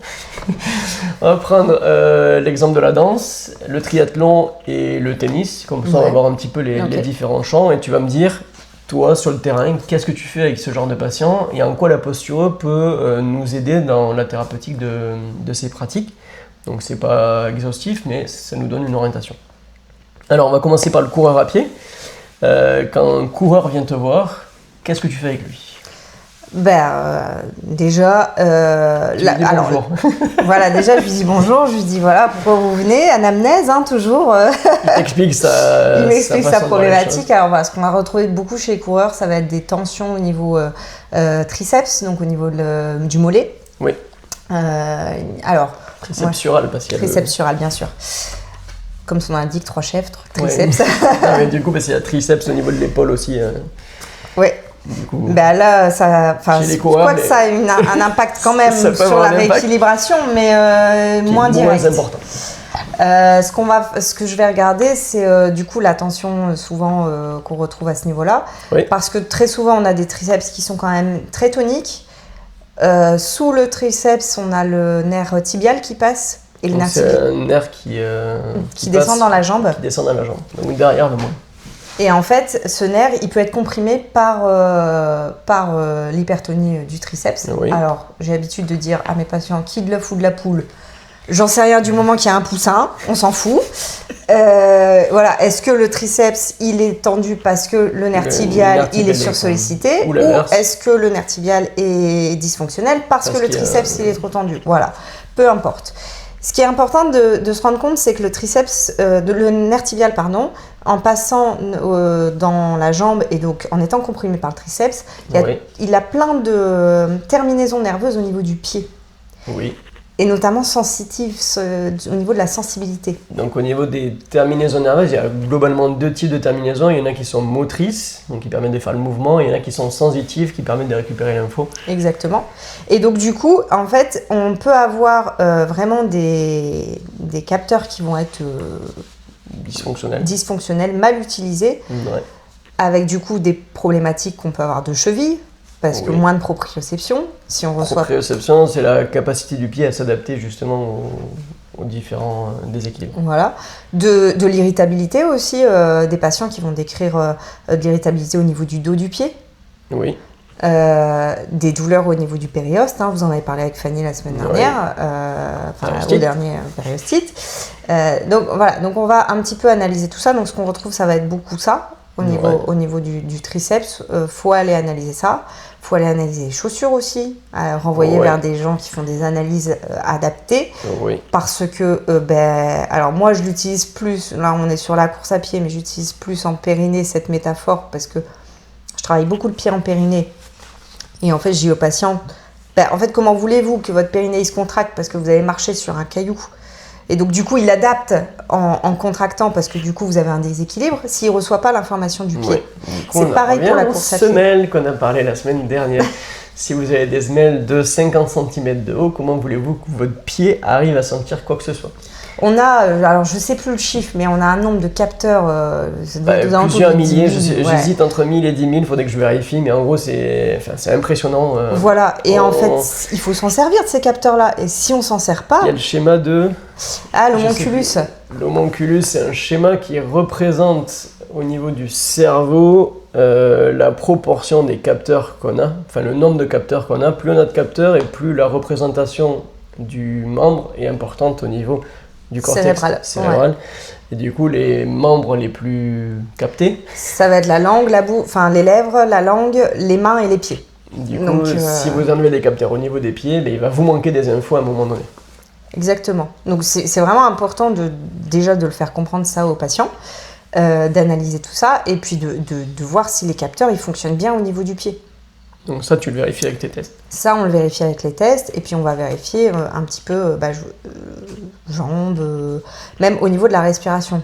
Chez les coureurs, hyper important le diaphragme. Oui. Le diaphragme, les coureurs qui vont décrire des douleurs. Quand je cours, j'ai des douleurs donc au niveau de la charnière thoracolombaire, donc là où la colonne thoracique devient la colonne lombaire, à peu près au milieu du dos. Voilà, c'est là où s'insère le diaphragme. Ce que peu de gens savent dans les gens classiques, pas les kinés, j'espère, c'est que le diaphragme, il a des piliers qui viennent s'insérer sur la colonne. Oui. Que si lui, il bouge pas bien, les piliers diaphragmatiques. Fameux. Et que donc du coup, si le diaphragme ne bouge pas, il vient tirer sur le dos. Oui, du coup, ça crée des douleurs. Exactement. Oui. Et donc, du coup, ça crée des douleurs à ce niveau-là. Et ça, il y a beaucoup de coureurs qui le décrivent, le fait soit de manquer de souffle, d'avoir un côté essoufflement assez marqué, soit d'avoir des douleurs au niveau de cette charnière après la course, pendant la course, enfin voilà. Donc ça, on va travailler le diaphragme, on va travailler au niveau du nerf phrénique, donc le nerf qui énerve le diaphragme, on va venir voir s'il est dysfonctionnel ou pas. Oui. Ça va pouvoir améliorer les capacités à ce moment-là. Ouais. Tu leur files des auto-exercices après à la maison, de respiration, d'automassage du diaphragme, de respiration abdominale aussi, pour venir bien solliciter toute la course et l'amplitude du diaphragme. Oui, très important au niveau pour pousser les organes vers le bas. Justement, si on part sur le niveau viscéral, je sais que tu peux faire aussi des manips au niveau viscéral. Chez les ultra-trailers notamment, mais là ce week-end il y avait la diagonale des fous. Donc ça porte bien son nom, c'est des fous qui courent 170 km, ils traversent la Réunion en diagonale. Et avec 10 000 de dénivelé. 9 000 ou 10 000 mètres de dénivelé, je crois. Et du coup, dans ces sports-là, le principal risque d'abandon, 50% des coureurs à peu près, ils abandonnent à cause de problèmes digestifs. Donc, est-ce qu'il y aurait des choses à faire au niveau posturaux pour améliorer les symptômes ou des auto-exercices ou des manips à faire? Alors, on peut faire des manips, donc en posturaux, on peut venir travailler vraiment au niveau de chaque viscère en lui-même. Ok. Donc voilà, si la problématique, elle est toujours au niveau estomac, on va travailler au niveau de l'estomac. Ça, du coup, tu le ferais à l'entraînement? À l'entraînement plutôt, Et voir s'il y a des résultats dans la course intermédiaire. Après, si c'est quelque chose de récurrent qui revient tout le temps, souvent, moi, je donne un peu là où il faut masser, là où il faut... Comme ça, ils le font eux-mêmes, voilà. D'accord. Et très important, mon petit copain, c'est le mésentère. On oublie souvent que c'est un espèce... N'allez pas chercher sur Google, c'est le mésentère. C'est un repli au niveau du... Voilà, c'est considéré quand même comme un organe à part entière. Oui, parce qu'il est quand même assez volumineux. Voilà. Et en fait, il revient... plus visible, mais il prend... Il vient relier tous les organes du enfin pas du bassin, de l'abdomen entre eux. Oui. Et donc, s'il y en a un qui dysfonctionne, par le mésentère... Ça fait dysfonctionner les autres. Exactement. Donc, en fait, ça va être hyper important de venir travailler les attaches du mésentère. Donc ça, tu viens de stimuler au niveau viscéral via des manips. Via l'automassage ou alors tu le fais au début et après tu peux l'apprendre au patient pour même si c'est pas parfait, en tout cas ça peut aider à stimuler. Ça, et puis donc il y a les problèmes digestifs, il y a les problèmes de continence aussi qui, je pense, sont quand même rentrés dans le même mood. Voilà, il y a des problèmes digestifs, mais en fait il y a le problème de continence qui fait que du coup on arrête parce que ça devient compliqué à gérer. Et ça, on va travailler au niveau périnéal, au niveau des nerfs pudendo et coccygiens. Aussi, ne les cherchez pas. On vous mettra le glossaire en dessous, vous irez voir. Donc voilà, c'est des choses qu'on va aller chercher. Au niveau des coureurs. Exactement. Comment tu décides si c'est des capteurs visuels, podal, proprioceptifs qui peuvent influencer la posture du coureur? J'utilise mon test de rotation de tête. Oui. Et je vois ce qui vient. Fukuda aussi. Moins. Là, c'est plus le côté vestibulaire. Fukuda, Oui. on va aller chercher le côté vestibulaire. Dans la course à pied, on a besoin d'avoir une tête qui est stable quand même. Oui, pendant toute la course. Ouais. Et donc, du coup, quand le système vestibulaire il est dysfonctionnel, Oui. forcément, ça va demander beaucoup d'énergie. Rappelez-vous qu'il y a quand même 3 lois et il y en a une, c'est quand même l'économie d'énergie. Oui. Plus. Et donc, du coup, si Surtout ça dans la demande. course à pied, c'est quand même important l'économie d'énergie. Oui, surtout sur la diagonale des fous, ce genre de. Il vaut mieux quand même être économe sur 170 km. Exactement. Donc là, le test de Fukuda, par exemple, il va pouvoir nous orienter vers une dysfonction du nerf vestibulo-gangliaire. Est-ce que tu utilises le laser aussi ou pas? Parce que du coup, moi, aux patients, je leur apprends beaucoup la lecture optique. En gros, qu'ils arrivent à lire le terrain, notamment dans la diag, où c'est rocailleux, enfin il y a plusieurs types de reliefs, et du coup, je leur apprends justement à lire, faire une lecture optique. Pour faire du feed-forward, pour faire de l'anticipation. Oui, pour faire de l'anticipation. En gros, s'il y a un trou, l'œil le voit avant les jambes, c'est mieux. C'est hyper intéressant parce que non, je le fais pas, mais c'est intéressant d'avoir cette. Parce que du coup, quand tu m'as parlé, je savais pas que tu faisais ce test-là avec une fois tu tournes la tête et les yeux fixes, et l'autre fois c'est les yeux qui tournent et pas la tête. Je pense que ça peut être intéressant chez le coureur. Oui, ce serait. Comme quoi, tu vois, le podcast peut partager des expériences. Amener des collaborations. S'amuser avec des lasers dans la pièce. Ce que je retrouve aussi pas mal chez le coureur, ça va être des douleurs au niveau du carré des lombes, donc le muscle qui est qui s'attache au niveau du bassin. Oui, c'est un muscle, si vous êtes sur YouTube, c'est un muscle qui s'insère sur le flanc. En gros, c'est votre couenne sur le côté. D'accord. C'est la couenne au niveau du bassin, sur le côté. Et celui-là, quand il est dysfonctionnel ou quand il vient tirer, il peut créer des douleurs. Donc je vais venir travailler le périos de bassin.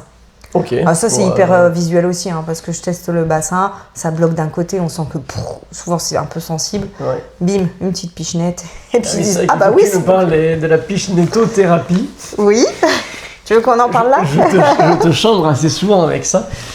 Au niveau des pichenettes, parce que je trouve ça assez marrant. La pichenette, c'est une petite manip en forme de virgule pour stimuler du coup. Oui. En fait, c'est comme ça que je viens traiter, enfin, alors pas que, mais c'est une des techniques qu'on a pour traiter, c'est qu'on va travailler sur l'émergence nerveuse en venant la comprimer, en venant faire une pression. Alors tu relâches direct. Voilà, mais on n'appuie pas n'importe où et on n'appuie pas n'importe comment. Et ça fait pas mal. Ça fait pas mal, ouais. Enfin, sauf quand c'est vraiment très très sensible et que on n'appuie pas comme des bourrins non plus.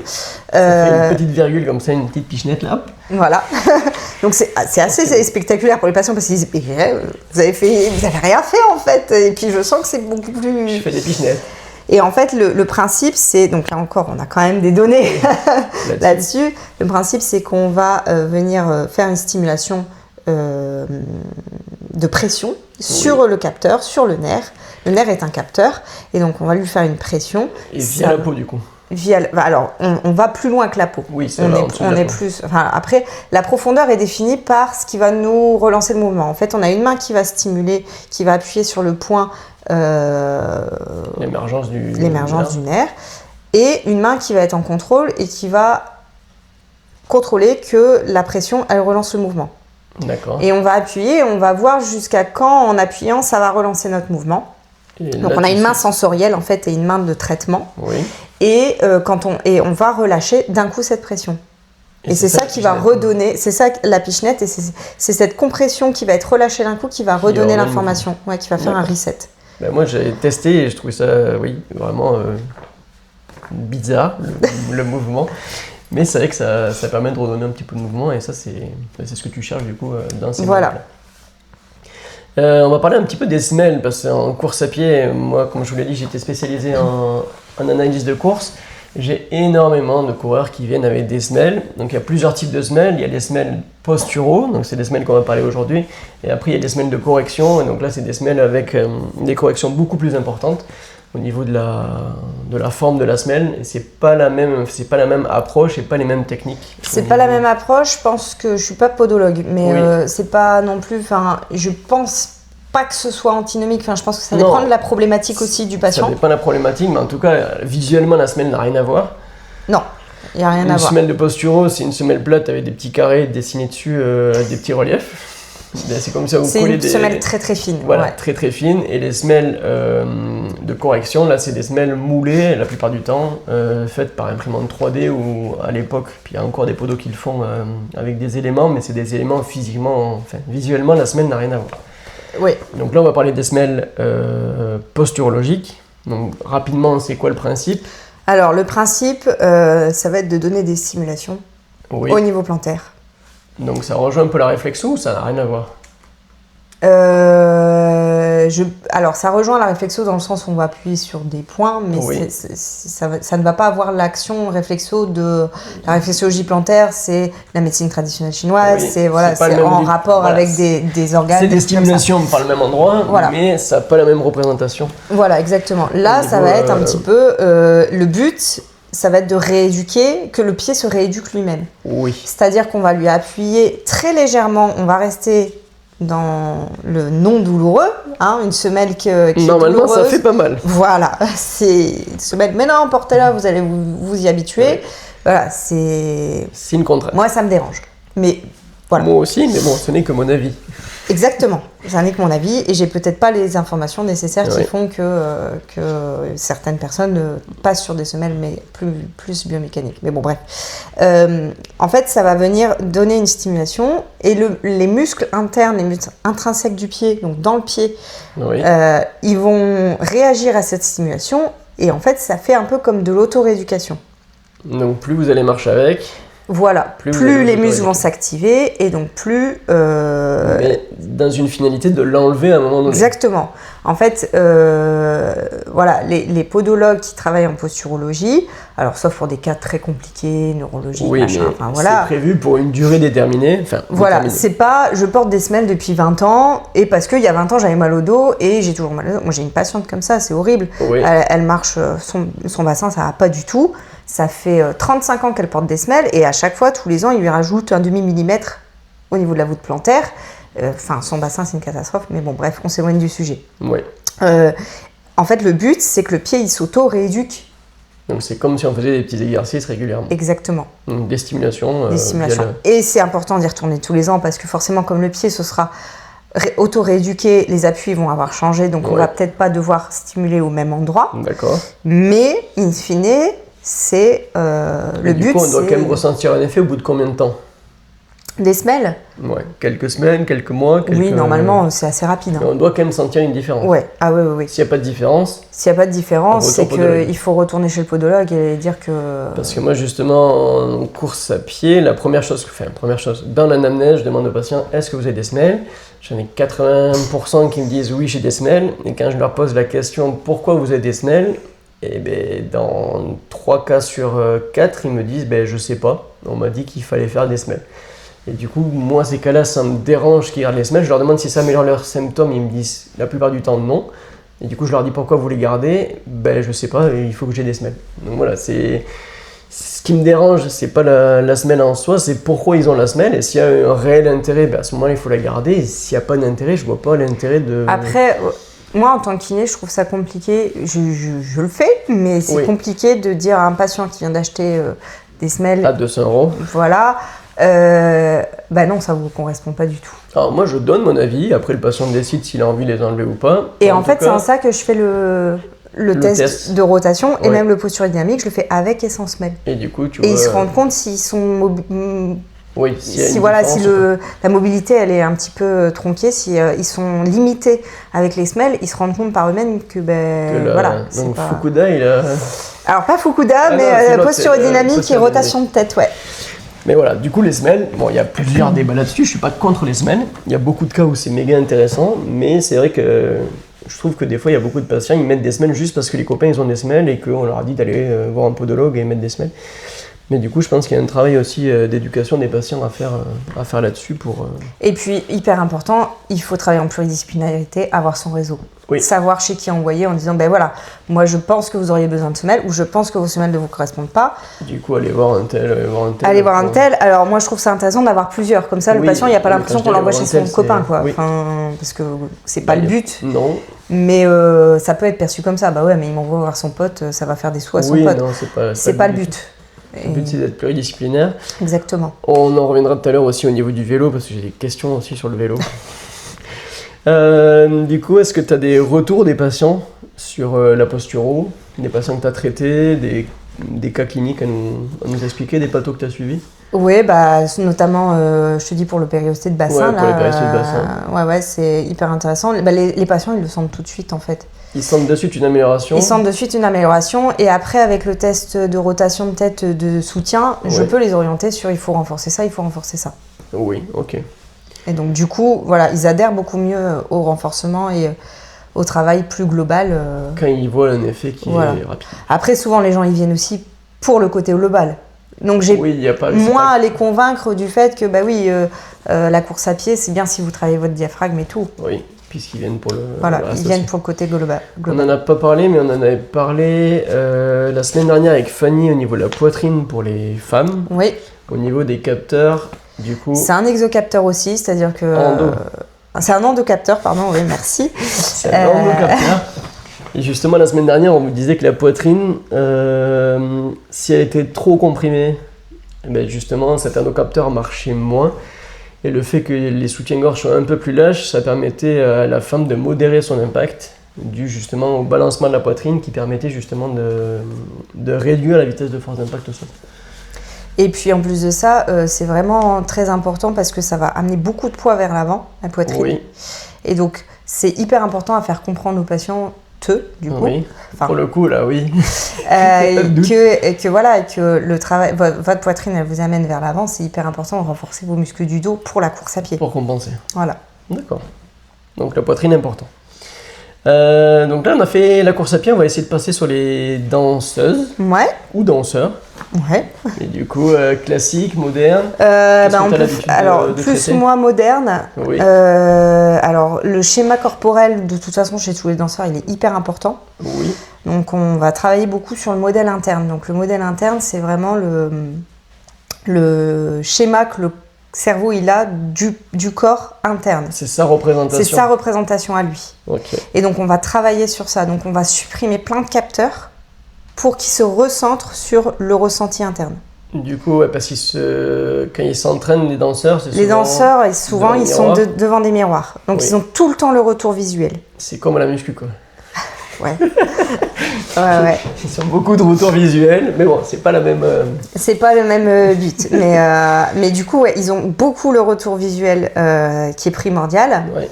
Un peu comme les petits vieux, les petits vieux qui sont accrochés à leurs yeux. Ils sont accrochés à leurs yeux et du coup, ils font tout avec le regard. Exactement.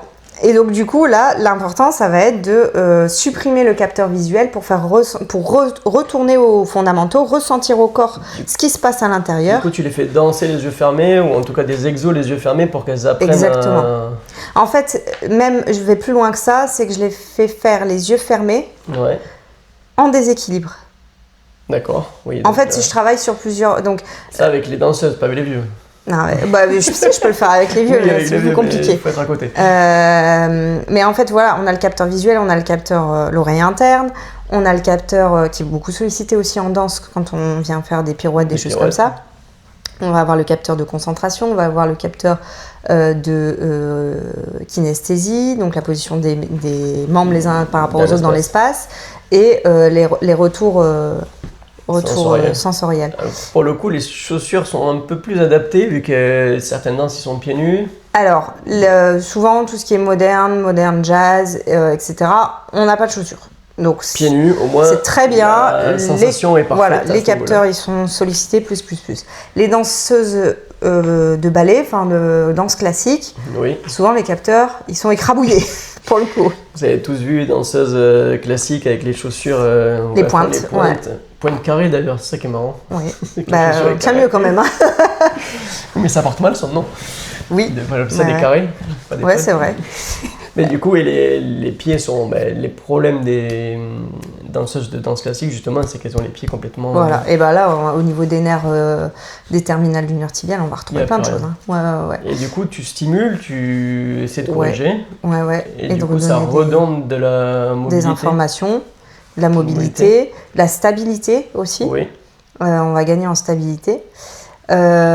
Oui, donc en fait, on a un peu dévié, mais en fait, ce que je disais, c'est que je vais supprimer plusieurs capteurs pour que on vienne, in fine, se concentrer sur ce qui se passe à l'intérieur. Donc, on ferme les yeux, on met en déséquilibre, on va faire bouger les bras en même temps. Donc, kinesthésie. Voilà. On peut demander de conjuguer le verbe aimer au plus que parfait du subjonctif. C'est vrai qu'on utilise ça en kiné. Ouais, mais... moi j'utilise beaucoup aussi pour faire la surstimulation. Et en fait, ça va, voilà, il y a plein de trucs qui sont... Et donc, du coup, on va se reconcentrer vraiment sur l'interne. Sur l'interne. Et donc, du coup, sur la stabilisation profonde. Tu fais travailler la respiration aussi. Ouais, beaucoup. Pendant la danse. Pendant la danse. Pendant l'échauffement. Parce Oui. que faut pas oublier que l'échauffement, il est primordial. On l'a pas dit pour la course à pied, mais Oui. aussi. Faut faire des gammes, faut faire des choses comme ça. Parce que faut pas attaquer comme ça tout de suite en faisant un sprint. Et apprendre à son corps à se préparer à l'effort. Ouais. Voilà, après on va avoir beaucoup de choses à travailler en danse. Suivant les danses, c'est très différent les sollicitations. Mais en tout cas, ce qui a d'important, c'est que il faut que ce soit contracté. Il faut que ce soit que la structure elle soit stable. C'est la stabilité qui va pouvoir apporter de la souplesse dans le mouvement. Ok. Donc c'est vraiment à ce niveau-là que tu bosses le plus. C'est ça, ouais. Et là, par exemple, moi, à titre personnel, je fais de la danse. Modern jazz, du coup. Modern jazz Ouais. et heels, enfin danse sur talon. Alors ça, je c'est connaissais encore pas. autre chose. Il y a les claquettes et maintenant il y a la danse sur les talons. Et voilà. Du coup, tu danses Oui, avec des chaussures à talons. avec des chaussures à talons. Et du coup, c'est la pas des claquettes, posture du n'est coup. pas du tout la même. Bah oui, c'est ce que j'allais dire. Du coup, t'es Ouais. complètement... Alors, Même pas forcément vers l'avant, non. La posture est non, différente. mais par contre, pas. le bassin, il est beaucoup plus en antéversion. Ouais, alors antéversion, pour ceux qui connaissent pas... On va avoir le bas du dos creusé, en gros. Voilà, le bas du dos creusé, le bassin qui penche vers l'avant et la rétroversion. Et en c'est vers plus, on l'arrière. doit sortir la poitrine. Donc vraiment, on va avoir un rééquilibrage postural qui va être Différent. très différent, très différent. Et du coup, tu sens vraiment la différence entre les deux danses? Ah ouais. Parce que déjà, les chevilles, Trinque. elles trinquent, enfin, faut vraiment Oui, les faut échauffer les pour le échauffer. coup. Et puis voilà, quoi, la posture n'est pas du tout la même. Quand on va être, je dis pas qu'en heels on n'est pas gainé, mais quand on va être beaucoup plus sur du travail de stabilisation du tronc en heels, Ouais. on va beaucoup moins l'être sur du Sur les modern modernes, jazz, ou, sauf dans les pirouettes, les choses comme ça. Mais le mouvement va être beaucoup plus exagéré, on va dire, en heels. D'accord. Mais donc du coup, pour en revenir à ce que je disais, donc j'ai une copine à la danse qui, pour le coup, elle endométriose. Endométriose, vous savez ce que c'est? On en a parlé la semaine dernière. Faut toujours écouter les orthophanie. podcasts. On a parlé Donc avec elle. voilà, endométriose, notamment au niveau du diaphragme. Oui. Donc elle a une partie du diaphragme qui n'est plus fonctionnelle parce qu'il a son diaphragme a éclaté à cause de l'endométriose. Ça a éclaté. Enfin, c'est déchiré. Non, n'a Il pas a éclaté. été atteint. Parce que s'il a éclaté, les gens ils vont croire. Non, mais il y a une partie du diaphragme qui s'est Euh. déchirée, donc elle a une partie qui n'est plus du tout contractile. Oui, Donc au niveau postural, ça voilà, pose des c'est problèmes. compliqué. Autant dire que le périnée, c'est la catastrophe aussi, hein, Oui. parce que du coup, les pressions ne sont pas correctement envoyées. Au niveau du périnée. Voilà. Et donc du coup, ce que j'ai fait avec elle, c'est que j'ai travaillé son diaphragme et je lui ai demandé de faire une action anticipatrice au niveau du périnée de manière volontaire quand Ok. elle fait ses pirouettes. Ah, c'est Parce vrai qu'elle n'avait pas de stabilité au niveau des Elle pirouettes. contracte son bassin avant d'envoyer la pirouette. Exactement. D'accord. Donc ça, tu peux le faire. Oui, c'est vrai que tu peux le faire de manière volontaire au final. Ouais. Et du coup, en fonction Elle a trouvé beaucoup plus de stabilité dans sa pirouette à faire Et après, ça sa devient précontraction. inconscient ou elle est obligée d'y penser? Alors, c'est ce que je dis toujours à mes patients, c'est que vous apprenez à conduire, au début, vous êtes là, bon alors, je passe la première, je La lâche deuxième. l'embrayage, j'appuie sur la pédale d'accélérateur, nanana, et après, vous y pensez plus. Normalement, ça devient automatique. Voilà. Et ben c'est pareil pour tout en fait. En kiné, c'est pareil pour tout. Oui, c'est vrai que, au on début, répète fait- un mouvement pour qu'il devienne automatique au Et à bout la d'un fin, moment, et Il voilà. s'automatise. Très intéressant. Mais c'est vrai que j'avais pas pensé à la voiture. Et ben oui. Métaphore, toujours. Toujours. J'en fais toute la journée. Même au podcast, j'en fais toujours. Du coup, pour les danseurs, on a fait le tour. Est-ce que tu as autre chose à rajouter, des cas qui te reviennent en tête ou... T'as quasiment parlé. Oui, j'ai une autre du coup de la danse qui est venue me voir aussi parce que elle avait des douleurs au niveau de ses quadriceps. Alors j'ai jamais vu. Qui a devant la jambe. J'ai jamais vu des quadriceps comme ça. Enfin vraiment, on pourrait les mettre en jambon. Il y avait que du muscle. Parce que moi à la danse, ben voilà, je vais pas regarder les gens forcément aussi. Je vais regarder comment ils s'activent, ils marchent, tout ça. Mais je vais pas regarder. Ouais, voilà, des formations professionnelles. Mais je vais pas regarder le galbe de la jambe, tout ça. Mais quand t'es venu me voir en soin, j'ai fait waouh, oui, quand même. c'est quoi ça? On a quand même de beaux jambons. Ah ouais, mais du coup, musclés. très musclé. Et du coup, trop Déséquilibre total avec trop les hypertonique. ischio-jambiers. Ouais, déséquilibre avec les ischio-jambiers et avec le moyen fessier. Oui, du coup, Grand fessier, moyen fessier, voilà, ouais. Ok, très intéressant. Bon, du coup, on a fait la danseuse, on va passer sur le joueur de tennis. Oui. Alors voilà, changement de décor, on n'est plus sur les jambes, on va course à pied. Ah si. Oui, mais on est aussi sur le haut du corps et surtout un sport qui est très asymétrique. Ouais. Du coup, justement, en posturo, on recherche quand même un certain équilibre, mais on peut avoir aussi un équilibre dans le déséquilibre au final. Oui. Ça, c'est beau. Ça, c'est beau. C'est joliment dit. Je le dis tout le temps, Oui. parce que les gens qui viennent me voir avec l'esprit posturaux de « il faut que je sois droit Voilà, ça, remettez-le. il y a beaucoup de gens qui me disent « oui, j'ai le bassin décalé, oui, j'ai On s'en fout. Oui, voilà, c'est ça, on s'en fout. Enfin, là, j'avais une patiente qui me disait qu'il y avait un fluide qui passait pas de la semelle parce que le bassin était vrillé. Du coup, elle était déséquilibrée. Dans sa tête, il fallait qu'elle soit équilibrée, sinon l'impulsion de la semelle ne montait pas aux cheveux. Voilà. D'accord. Et du coup, Oui. pour moi, on peut être équilibré dans un déséquilibre, c'est-à-dire naturellement, vous êtes comme ça, ben, vous êtes fait comme ça, et on peut être équilibré dans ce déséquilibre. Du coup, la posture, c'est pas que de l'équilibre, comment dire, visuel ou mesurable, c'est vraiment un équilibre. C'est la grande différence entre la posturologie statique et dynamique. C'est-à-dire que moi, souvent, je dis, la nature n'est pas équilibrée. Vous regardez dehors, il n'y a aucun arbre qui est symétrique. Oui. Ben oui. Il va pousser comme ça. Ben oui, il va pousser comme ça parce que là, il y a eu un coup de vent et du coup, machin. Et en fait, il s'adapte aux contraintes. Aux contraintes extérieures. Et nous, c'est pareil. C'est pour ça que la posturologie, c'est l'étude du vécu de la personne, de l'équilibration du corps par rapport à ce qu'il a vécu. Et ça me fait penser, chez moi, ça n'a rien à voir. Mais... Chez moi, j'habite à Narbonne à la base, et les arbres sont tous couchés. Bah oui, parce que le vent, il les pousse comme ça. Ils sont tous dans le sens du vent, mais j'ai vraiment des falaises où il y a les arbres qui sont couchés sur la falaise. Mais ça ne veut pas dire qu'ils grandissent pas bien. Exactement, ils s'adaptent aux contraintes. C'est juste que, voilà. Mais ils sont équilibrés puisque l'arbre ne tombe pas. Exactement. C'est-à-dire que, en fait, ce qu'on ne voit pas, c'est que l'arbre, il pousse peut-être dans un sens, mais que les racines, elles poussent dans l'autre. Et du coup, ça équilibre. Moi, j'ai eu le cas chez moi avec mon arbre. On dévie un peu, on est désolé. Hein. Mais c'est hyper important d'avoir des cas concrets, même si c'est pas dans le sport là. Oui. Mais voilà, j'ai un eucalyptus qui est proche de chez mes voisins, donc je coupe toujours la partie qui est chez mes voisins. Oui. Et en fait, je me suis rendu compte que c'est bien, je coupe la partie qui est chez mes voisins, sauf que les racines, elles passent chez les voisins du coup, parce que comme elles poussent que de mon côté, pour s'équilibrer, les racines vont de l'autre côté. Et bah c'est ça en fait le corps. Regardez les arbres pousser et équilibrez-vous en fonction des arbres. La nature nous apprend plein de choses en fait. Donc, pour en revenir à notre tennisman, alors on parle, donc là on est sur de l'explosivité, des gestes asymétriques, une dominance latérale, et du coup qu'est-ce que tu retrouves souvent en posturo et comment tu le prends en charge? Alors ce qu'on va retrouver souvent, ça va être justement un gros déséquilibre droite-gauche avec des compensations. Alors c'est pas un problème quand on reste dans la nociception. Quand on passe dans la douleur, ça peut être un problème. La nociception, en gros, c'est ce qu'on disait tout à l'heure, c'est un petit peu la gêne ou quelque chose qu'on ne sent pas, et ça devient problématique pour toi quand ça passe le seuil.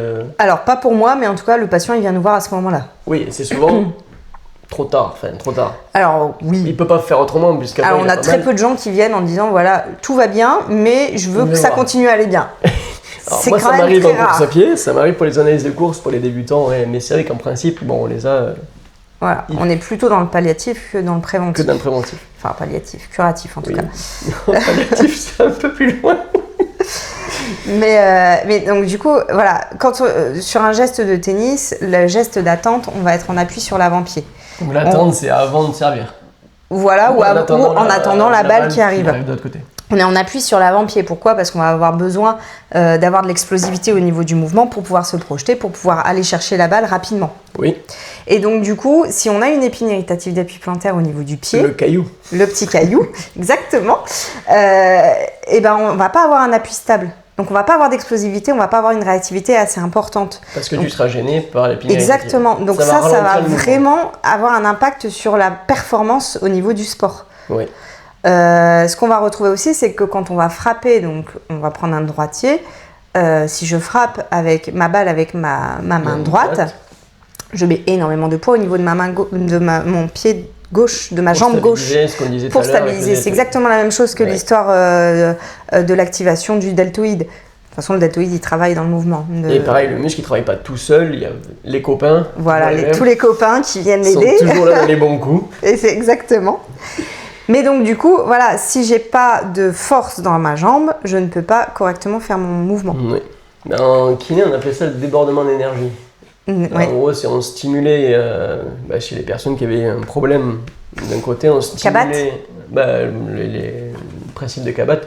En gros, on surstimulait une zone et par débordement d'énergie, on arrivait à stimuler le copain qui stimulait l'autre copain et qui du coup arrivait à stimuler toute la chaîne musculaire et le mouvement complet. C'est en ça que c'est important d'avoir cette notion-là pour analyser le mouvement au niveau du tennis. Alors après, moi j'ai eu le cas d'une patiente qui venait pas pour du sport, qui venait pour du périnée en l'occurrence. Dans l'anamnèse, je lui demande donc problème de périnée. Moi je suis partie du principe avec avec cette étude dont on a parlé tout à l'heure, là, jambes, périnée puis épaules, que si cette même étude a montré que quand il y avait un problème périnéal, ça bloquait la chaîne au milieu.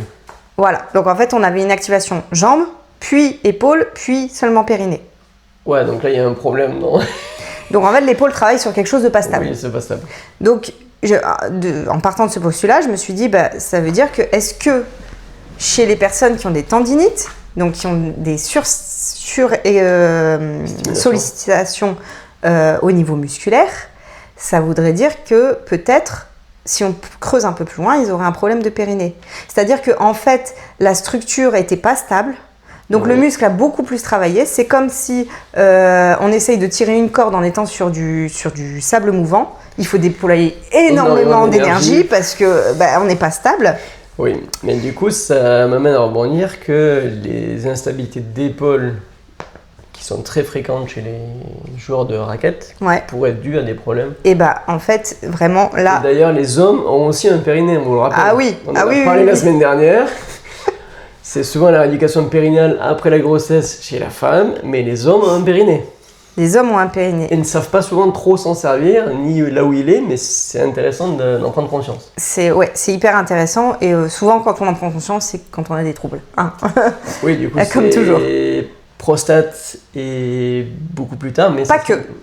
Oui. Chez l'homme, on va beaucoup avoir aussi des gouttes retardataires, de l'hyperexcitabilité vésicale. C'est spécialisé aussi pour les hommes. Rééducation périnéale pour les hommes. Ouais, voilà, donc gouttes retardataires beaucoup. C'est quoi gouttes retardataires ? Quand l'homme urine et en fait il arrête d'uriner et après, ça coule encore ? Ouais, voilà, on va avoir quelques gouttes qui vont couler. Donc c'est hyper gênant parce qu'en fait on termine d'uriner puis en fait on tâche quand même les vêtements parce que voilà. Donc ça c'est plutôt vers la quarantaine. Vers la quarantaine. Ouais, plutôt vers la quarantaine. Faut que je fasse gaffe. Je suis pas tardé d'y arriver. Non mais d'accord, je connaissais pas du tout le terme gouttes retardataires. Mais du coup, si vous avez des gouttes retardataires, faites-vous examiner et consulter pour être sûr que... Voilà. Donc c'est aussi chez les jeunes. C'est aussi chez les jeunes, ouais. Donc faites contrôler votre périnée.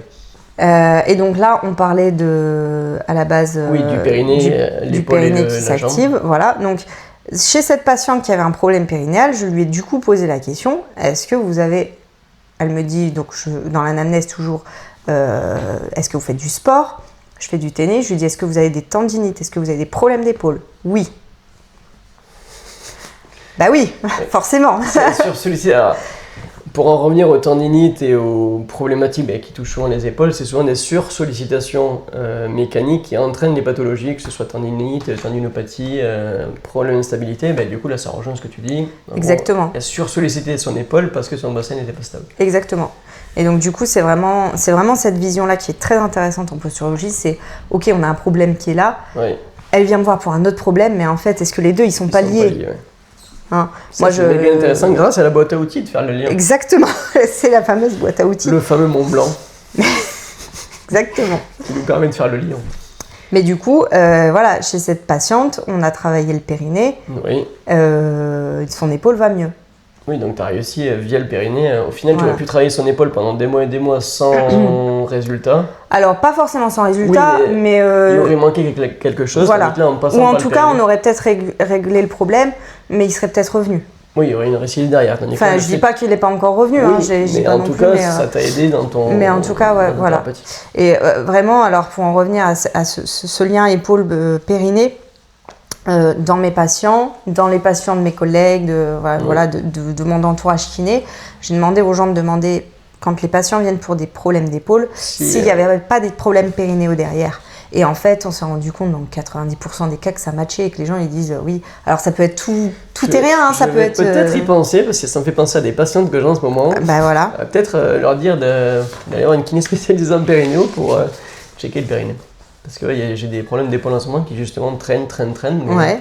Ça s'améliore, mais il n'y a pas le déclic comme quoi c'est définitivement amélioré. Donc très intéressant, je retiens le petit déclic. Quoi d'autre sur les tennisman? On va beaucoup sur la fluidité du geste, ça va être pareil. Ouais. S'il y a une épine. Alors là, on va travailler aussi avec, pour le coup, regard. Très très important de travailler regard. Pour la balle. Oui, il faut poursuivre la balle. Ou le volant si vous êtes. Pour faire du badminton, ouais. Ou paddle, enfin tous les sports de raquette, le squash, voilà. C'est le même délire. Travailler en explosivité, donc il faut que les muscles soient réactifs. Oui. Donc il ne faut pas qu'ils soient parasités par des informations autres. Ouais. Et donc ça va être tes manips, test, exactement. manip. Et après tu les vois combien les patients en posturo? En posturo, en général je les vois je les vois pas beaucoup en posturo pure, je les vois pas beaucoup. Souvent je les vois en séance posturo initiale. Ouais. Et après on va dire une fois tous les mois mais souvent c'est du réajustement d'exercice, du réajustement de... Mais il n'y a pas de suivi obligatoire tous les... Non, c'est vraiment du ressenti, voilà. Je suis un peu contre ce truc de faut qu'on se voit tous les nanas. Si le patient il en ressent pas le besoin, c'est lui le premier en fait à ressentir ses troubles. Oui. Donc t'as pas d'obligation.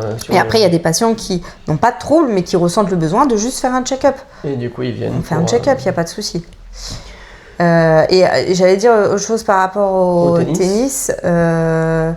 C'est que le mouvement comme il est vraiment unilatéral tout le temps. Oui.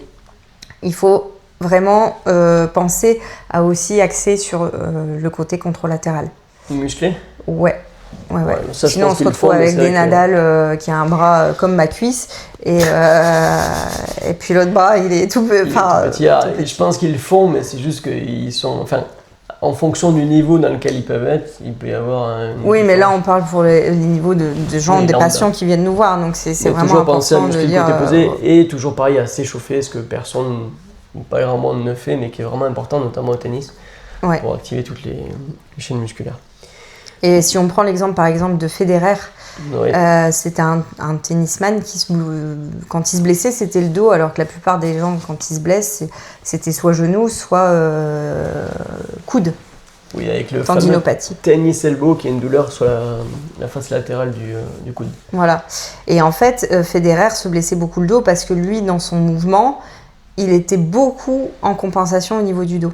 Il avait de la rotation beaucoup au niveau du dos.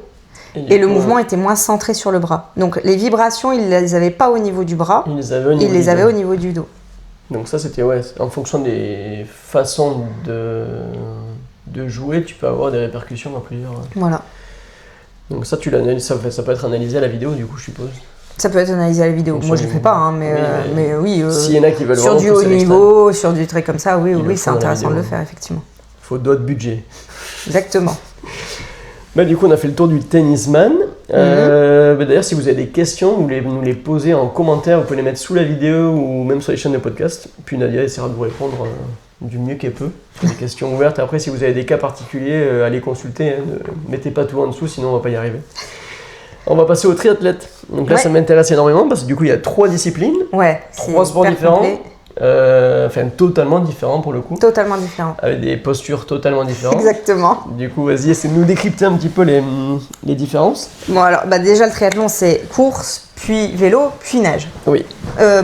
Course, puis vélo, puis course. Sinon, tu retombes dans l'eau. Nage, on va y arriver. Nage, puis vélo, puis course. Puis course. Donc déjà, les positions ne sont pas les mêmes. La nage, on est en horizontale. On est porté par l'eau. Oui. On va avoir souvent chez les nageurs la tête qui va tourner toujours du même côté pour reprendre la respiration. Pour la respiration. Donc du coup, on va avoir... Après, il y en a qui ne respirent pas aussi. Hein. C'est plus compliqué. Sur des Ironman ou des trucs comme ça, je veux bien voir. Globalement, ils tournent la tête toujours du même côté. Mais globalement, c'est quand même toujours du même côté. Donc on va avoir sursollicitation au niveau des nerfs du cou, de la stabilisation du cou, toujours du même côté. Vestibulaire encore, qui va venir... toujours du coup, côté voilà, si je tourne toujours du même côté, on a une sursollicitation à ce niveau-là. Ouais. Donc là, voilà, on va pouvoir agir à ce niveau-là. Ensuite, on a donc le vélo, qui lui, on va avoir une posture assise. Avec une transition. Alors, je vais parler des transitions après, mais le vélo, du coup, lui, on va avoir des capteurs plus au niveau des fesses, des capteurs qui vont être écrasés. Ouais, ça on en a parlé aussi la semaine dernière avec Fanny. Au niveau du nerf pudendal, souvent on a des pudendalgies, des cruralgies qui sont dues au fait que les nerfs soient écrasés. Complètement écrasés. Voilà, rétroversion de bassin. Beaucoup de travail des quadriceps, zéro travail au niveau des... Enfin zéro, non. Mais très peu de travail au niveau des moyens fessiers, des stabilisateurs de bassin. Oui, mais parce qu'il n'y a pas... Voilà, il n'y a pas besoin de stabiliser le bassin, il est stabilisé par la selle. Par la selle. Travail plus d'explosivité au niveau des jambes. Par contre, donc là, on en revient à un pin irritatif d'appui plantaire, effectivement.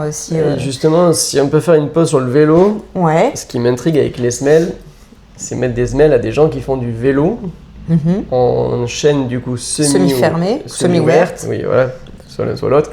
Mais en gros, il n'y a pas d'appui total. Du coup, en quoi la semelle peut être intéressante, alors que, contrairement à la course où là on comprend bien qu'il y a un appui total et que du coup, il peut y avoir de l'info. Là, vu que l'appui est partiel, voire des fois en tirage, puisque ceux qui sont clipsés, ils ne poussent pas, ils tirent. Et du coup, quel est l'intérêt de la semelle dans ces cas? Alors, si on a des épines irritatives d'appui plantaire, ça peut être intéressant parce que du coup, ça vient supprimer ce qui vient nous empêcher de donner toute notre productivité au mouvement. Ouais, donc la semelle vient enlever, enlever les appuis nociceptifs, qui entraînent des compensations au niveau de la posture. Ouais. Après, je te rejoins sur le fait qu'effectivement, normalement, une semelle pour faire du vélo, c'est une semelle pour faire du vélo. Oui, c'est pas une semelle qu'on met tous les jours. Voilà. Elle doit être adaptée. Elle doit être adaptée comme chez l'opticien, on fait des verres pour aller nager, pour mettre dans les trucs de plongée ou dans les casques de ski. Maintenant, j'ai vu ça. Idéalement, ça serait bien d'avoir des semelles qui soient adaptées au... D'accord. Qui soient adaptées. Du coup, ça me rassure parce que les patients, ils font des études, ils font des semelles posturales en statique et je leur dis, vous faites du vélo, mais du coup, les appuis sont pas les mêmes. Ouais, l'appui est totalement sur l'avant-pied en fait quand on fait du vélo. Les épines irritatives sont pas les mêmes. Du coup, j'ai du mal à comprendre l'objectif à ce niveau-là. Ça serait bien d'avoir des... En fait, il y a de plus en plus de formations qui sortent au niveau... Parce que comme du coup, moi, je travaille dans un organisme de formation de posturaux, il y a beaucoup de formations pour les podologues. Et les podologues, il y a beaucoup de formations qui commencent à sortir sur spécifiquement pour un sport. L'équitation, le golf, le tennis, voilà. Justement, hyper spécialisé. Parce que les appuis sont pas les mêmes, effectivement, les appuis sont différents. Donc, ce qu'on va demander à la semaine n'est pas non plus la même chose. Et après, la posture est vachement utile aussi. Moi, j'ai des collègues à mon cabinet qui font du bite fitting. En gros, ils font de l'analyse de posture sur vélo pour justement faire les réglages au niveau des vélos, qui sont méga importants justement pour l'hypersollicitation des muscles en posture. Donc ça, c'est cool.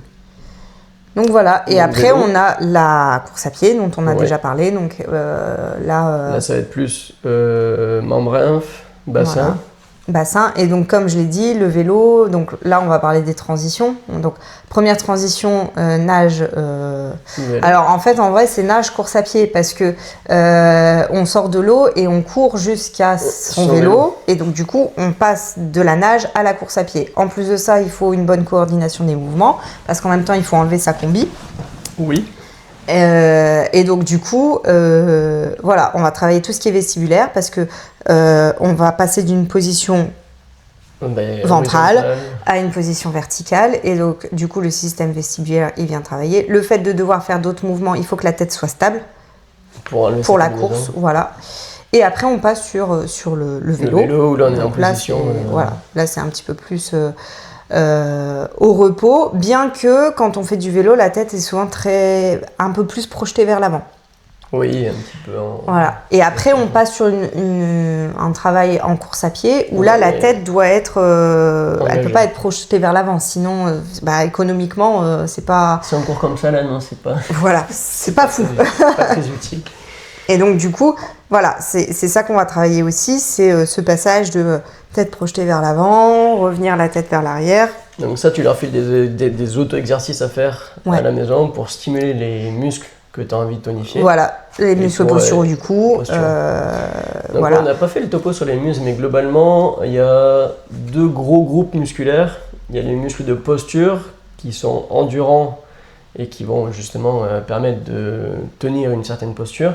C'est souvent les muscles rouges, enfin qui ont des fibres rouges et qui sont le long de la colonne vertébrale, le long du cou, qui permettent de stabiliser. Après, on a les muscles de mouvement qui, eux, sont plutôt fatigables et à contraction rapide, comme le biceps ou le triceps au niveau du bras. Et donc, toi, tu bosses plus sur les muscles de posture que sur les muscles de mouvement. Pour justement tonifier pour justement avoir cette stabilité. Mais après, voilà, ça va être, par exemple, quand on va travailler au niveau de l'œil, le muscle de la paupière. Les muscles de la paupière, c'est des muscles qui sont quand même à fibre rapide. Oui, mais tu les travailles quand même. Voilà. D'accord. Tu travailles les deux, mais majoritairement la posture pour le reste du corps. Autre chose sur le triathlète ? On a quasiment tout dit. Oui, si on l'a vite fait effleurer tout à l'heure, mais quand on passe du vélo à la course à pied, du coup on avait un moyen fessier qui travaillait pas trop, un grand fessier qui était plutôt en position étirée. Oui, tandis que là c'est le contraire. Et là il va falloir les solliciter. Donc si on n'est pas capable de faire la transition à ce moment-là, donc ça va être intéressant aussi de venir travailler. Donc ça pareil, je le refile aux collègues qui travaillent plus le côté sportif, le côté du musculaire vraiment. Ouais. Où là, on va travailler le passage de travail quadriceps au passage de travail de bassin. Et du coup, des exos mixtes. Ouais. Ça, on le fait très bien en kiné du sport, justement. Pour en pliométrique, voilà quoi. Très bien. On va passer, pour finir, des petites idées reçues. Tu vas essayer de me dire vrai, faux en quelques... Je vais te dire les phrases et en quelques mots, tu essaies de me dire pourquoi c'est vrai, pourquoi c'est faux. Bon, on a quasiment tout vu, mais au moins, ça nous fait des petits rappels. Alors, la posturologie, c'est juste des semelles et des tests farfelus. Mais non, faux. T'es sûr de toi ? Ouais, plutôt. Bon, je pense que la justification, on a assez abordé le sujet là-dessus. Mais globalement... y a plein de capteurs, donc réduire ça à des semelles, c'est pas que dommage. les semelles restent un outil dans la boîte à outils pour justement améliorer les symptômes. En deux, il suffit de corriger les appuis pour tout rééquilibrer. Non, parce que si on corrige les appuis, mais que les appuis n'ont pas besoin d'être corrigés, il peut y avoir aussi ça. Ils peuvent être stables et le problème peut venir d'ailleurs, Le problème peut venir d'ailleurs, d'autres capteurs, le problème peut venir de l'interne, le problème peut être conjoint.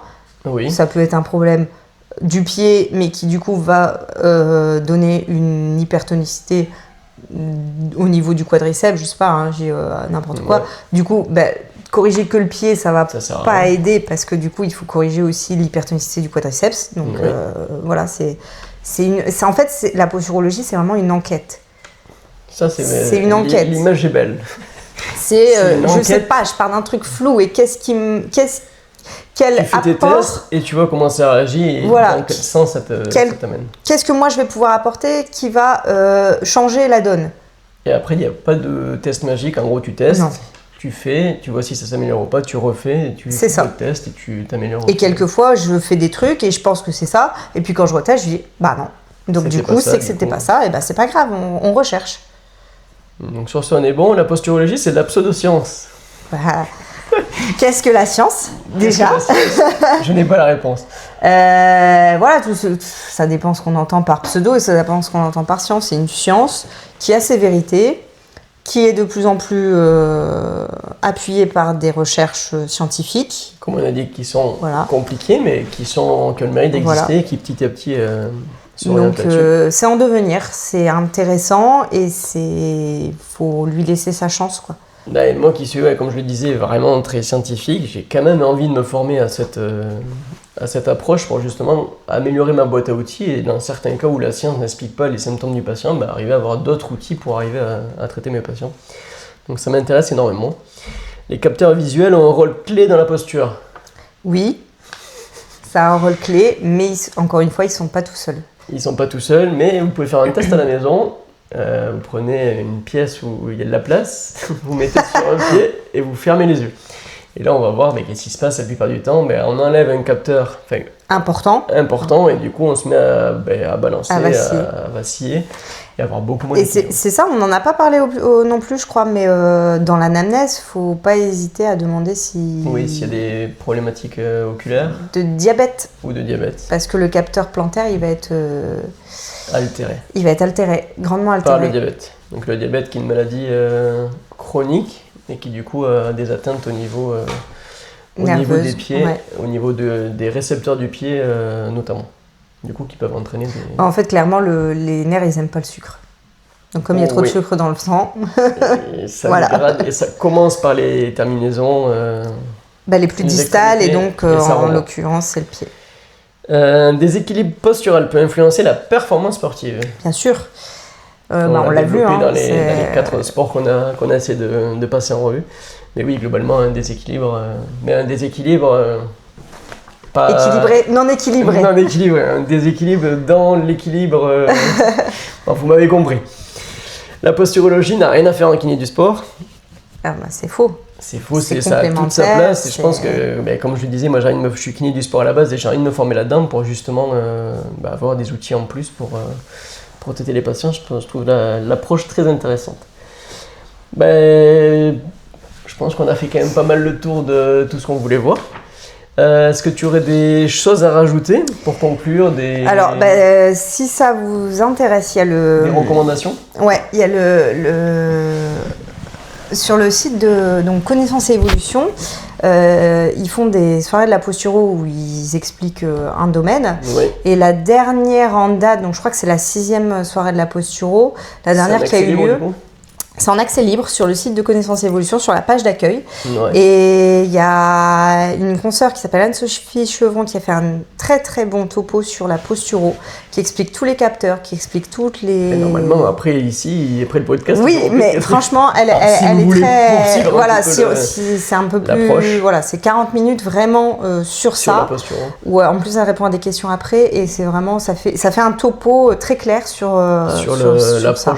Voilà. De la posturo. Et après, je sais que tu fais un webinaire aussi. Oui, je fais un webinaire bientôt, donc là, dans 2 semaines. Le 12 Le 6. Le 6. Donc le 6 novembre, donc pareil sur le site de Connaissance et Évolution. Vous pouvez vous inscrire et si vous écoutez le podcast après, je pense qu'il sera en accès libre. Oui, tout à fait. Et c'est sur le périnée et la posture. Sur le travail du périnée, en fait, le sous-titre, c'est et si le périnée n'était pas une cause mais un symptôme. D'accord. Donc en fait, c'est travailler tout ce qu'il y a autour du périnée pour renforcer le périnée. Je rappelle les hommes, vous avez aussi un périnée, donc Exactement. vous pouvez aussi aller écouter le podcast, enfin le webinaire. Donc voilà, on va aborder le périnée, mais pas de manière uniquement sonde et on renforce, on fait du bodybuilding de périnée. C'est une approche globale. Ouais, c'est une approche plus globale sur... orientée posturaux du coup. Exactement. Et orientée pluridisciplinaire surtout. C'est très intéressant. Merci beaucoup Nadia pour ce petit podcast qui au final on a fait tout le tour de la question. Si vous avez des questions, n'hésitez pas en commentaire à nous les poser. Vous pouvez nous suivre sur les réseaux, donc sur YouTube, sur Instagram, sur LinkedIn. et sur Facebook. Et pareil, n'hésitez pas à partager, commenter, même nous noter sur les différentes plateformes de podcast pour nous faire remonter dans le référencement. Et si vous avez aimé cet épisode, n'hésitez pas à nous le dire, ça nous fera grandement plaisir. Merci à vous, bonne journée à tous. Merci beaucoup. Au revoir. Au revoir.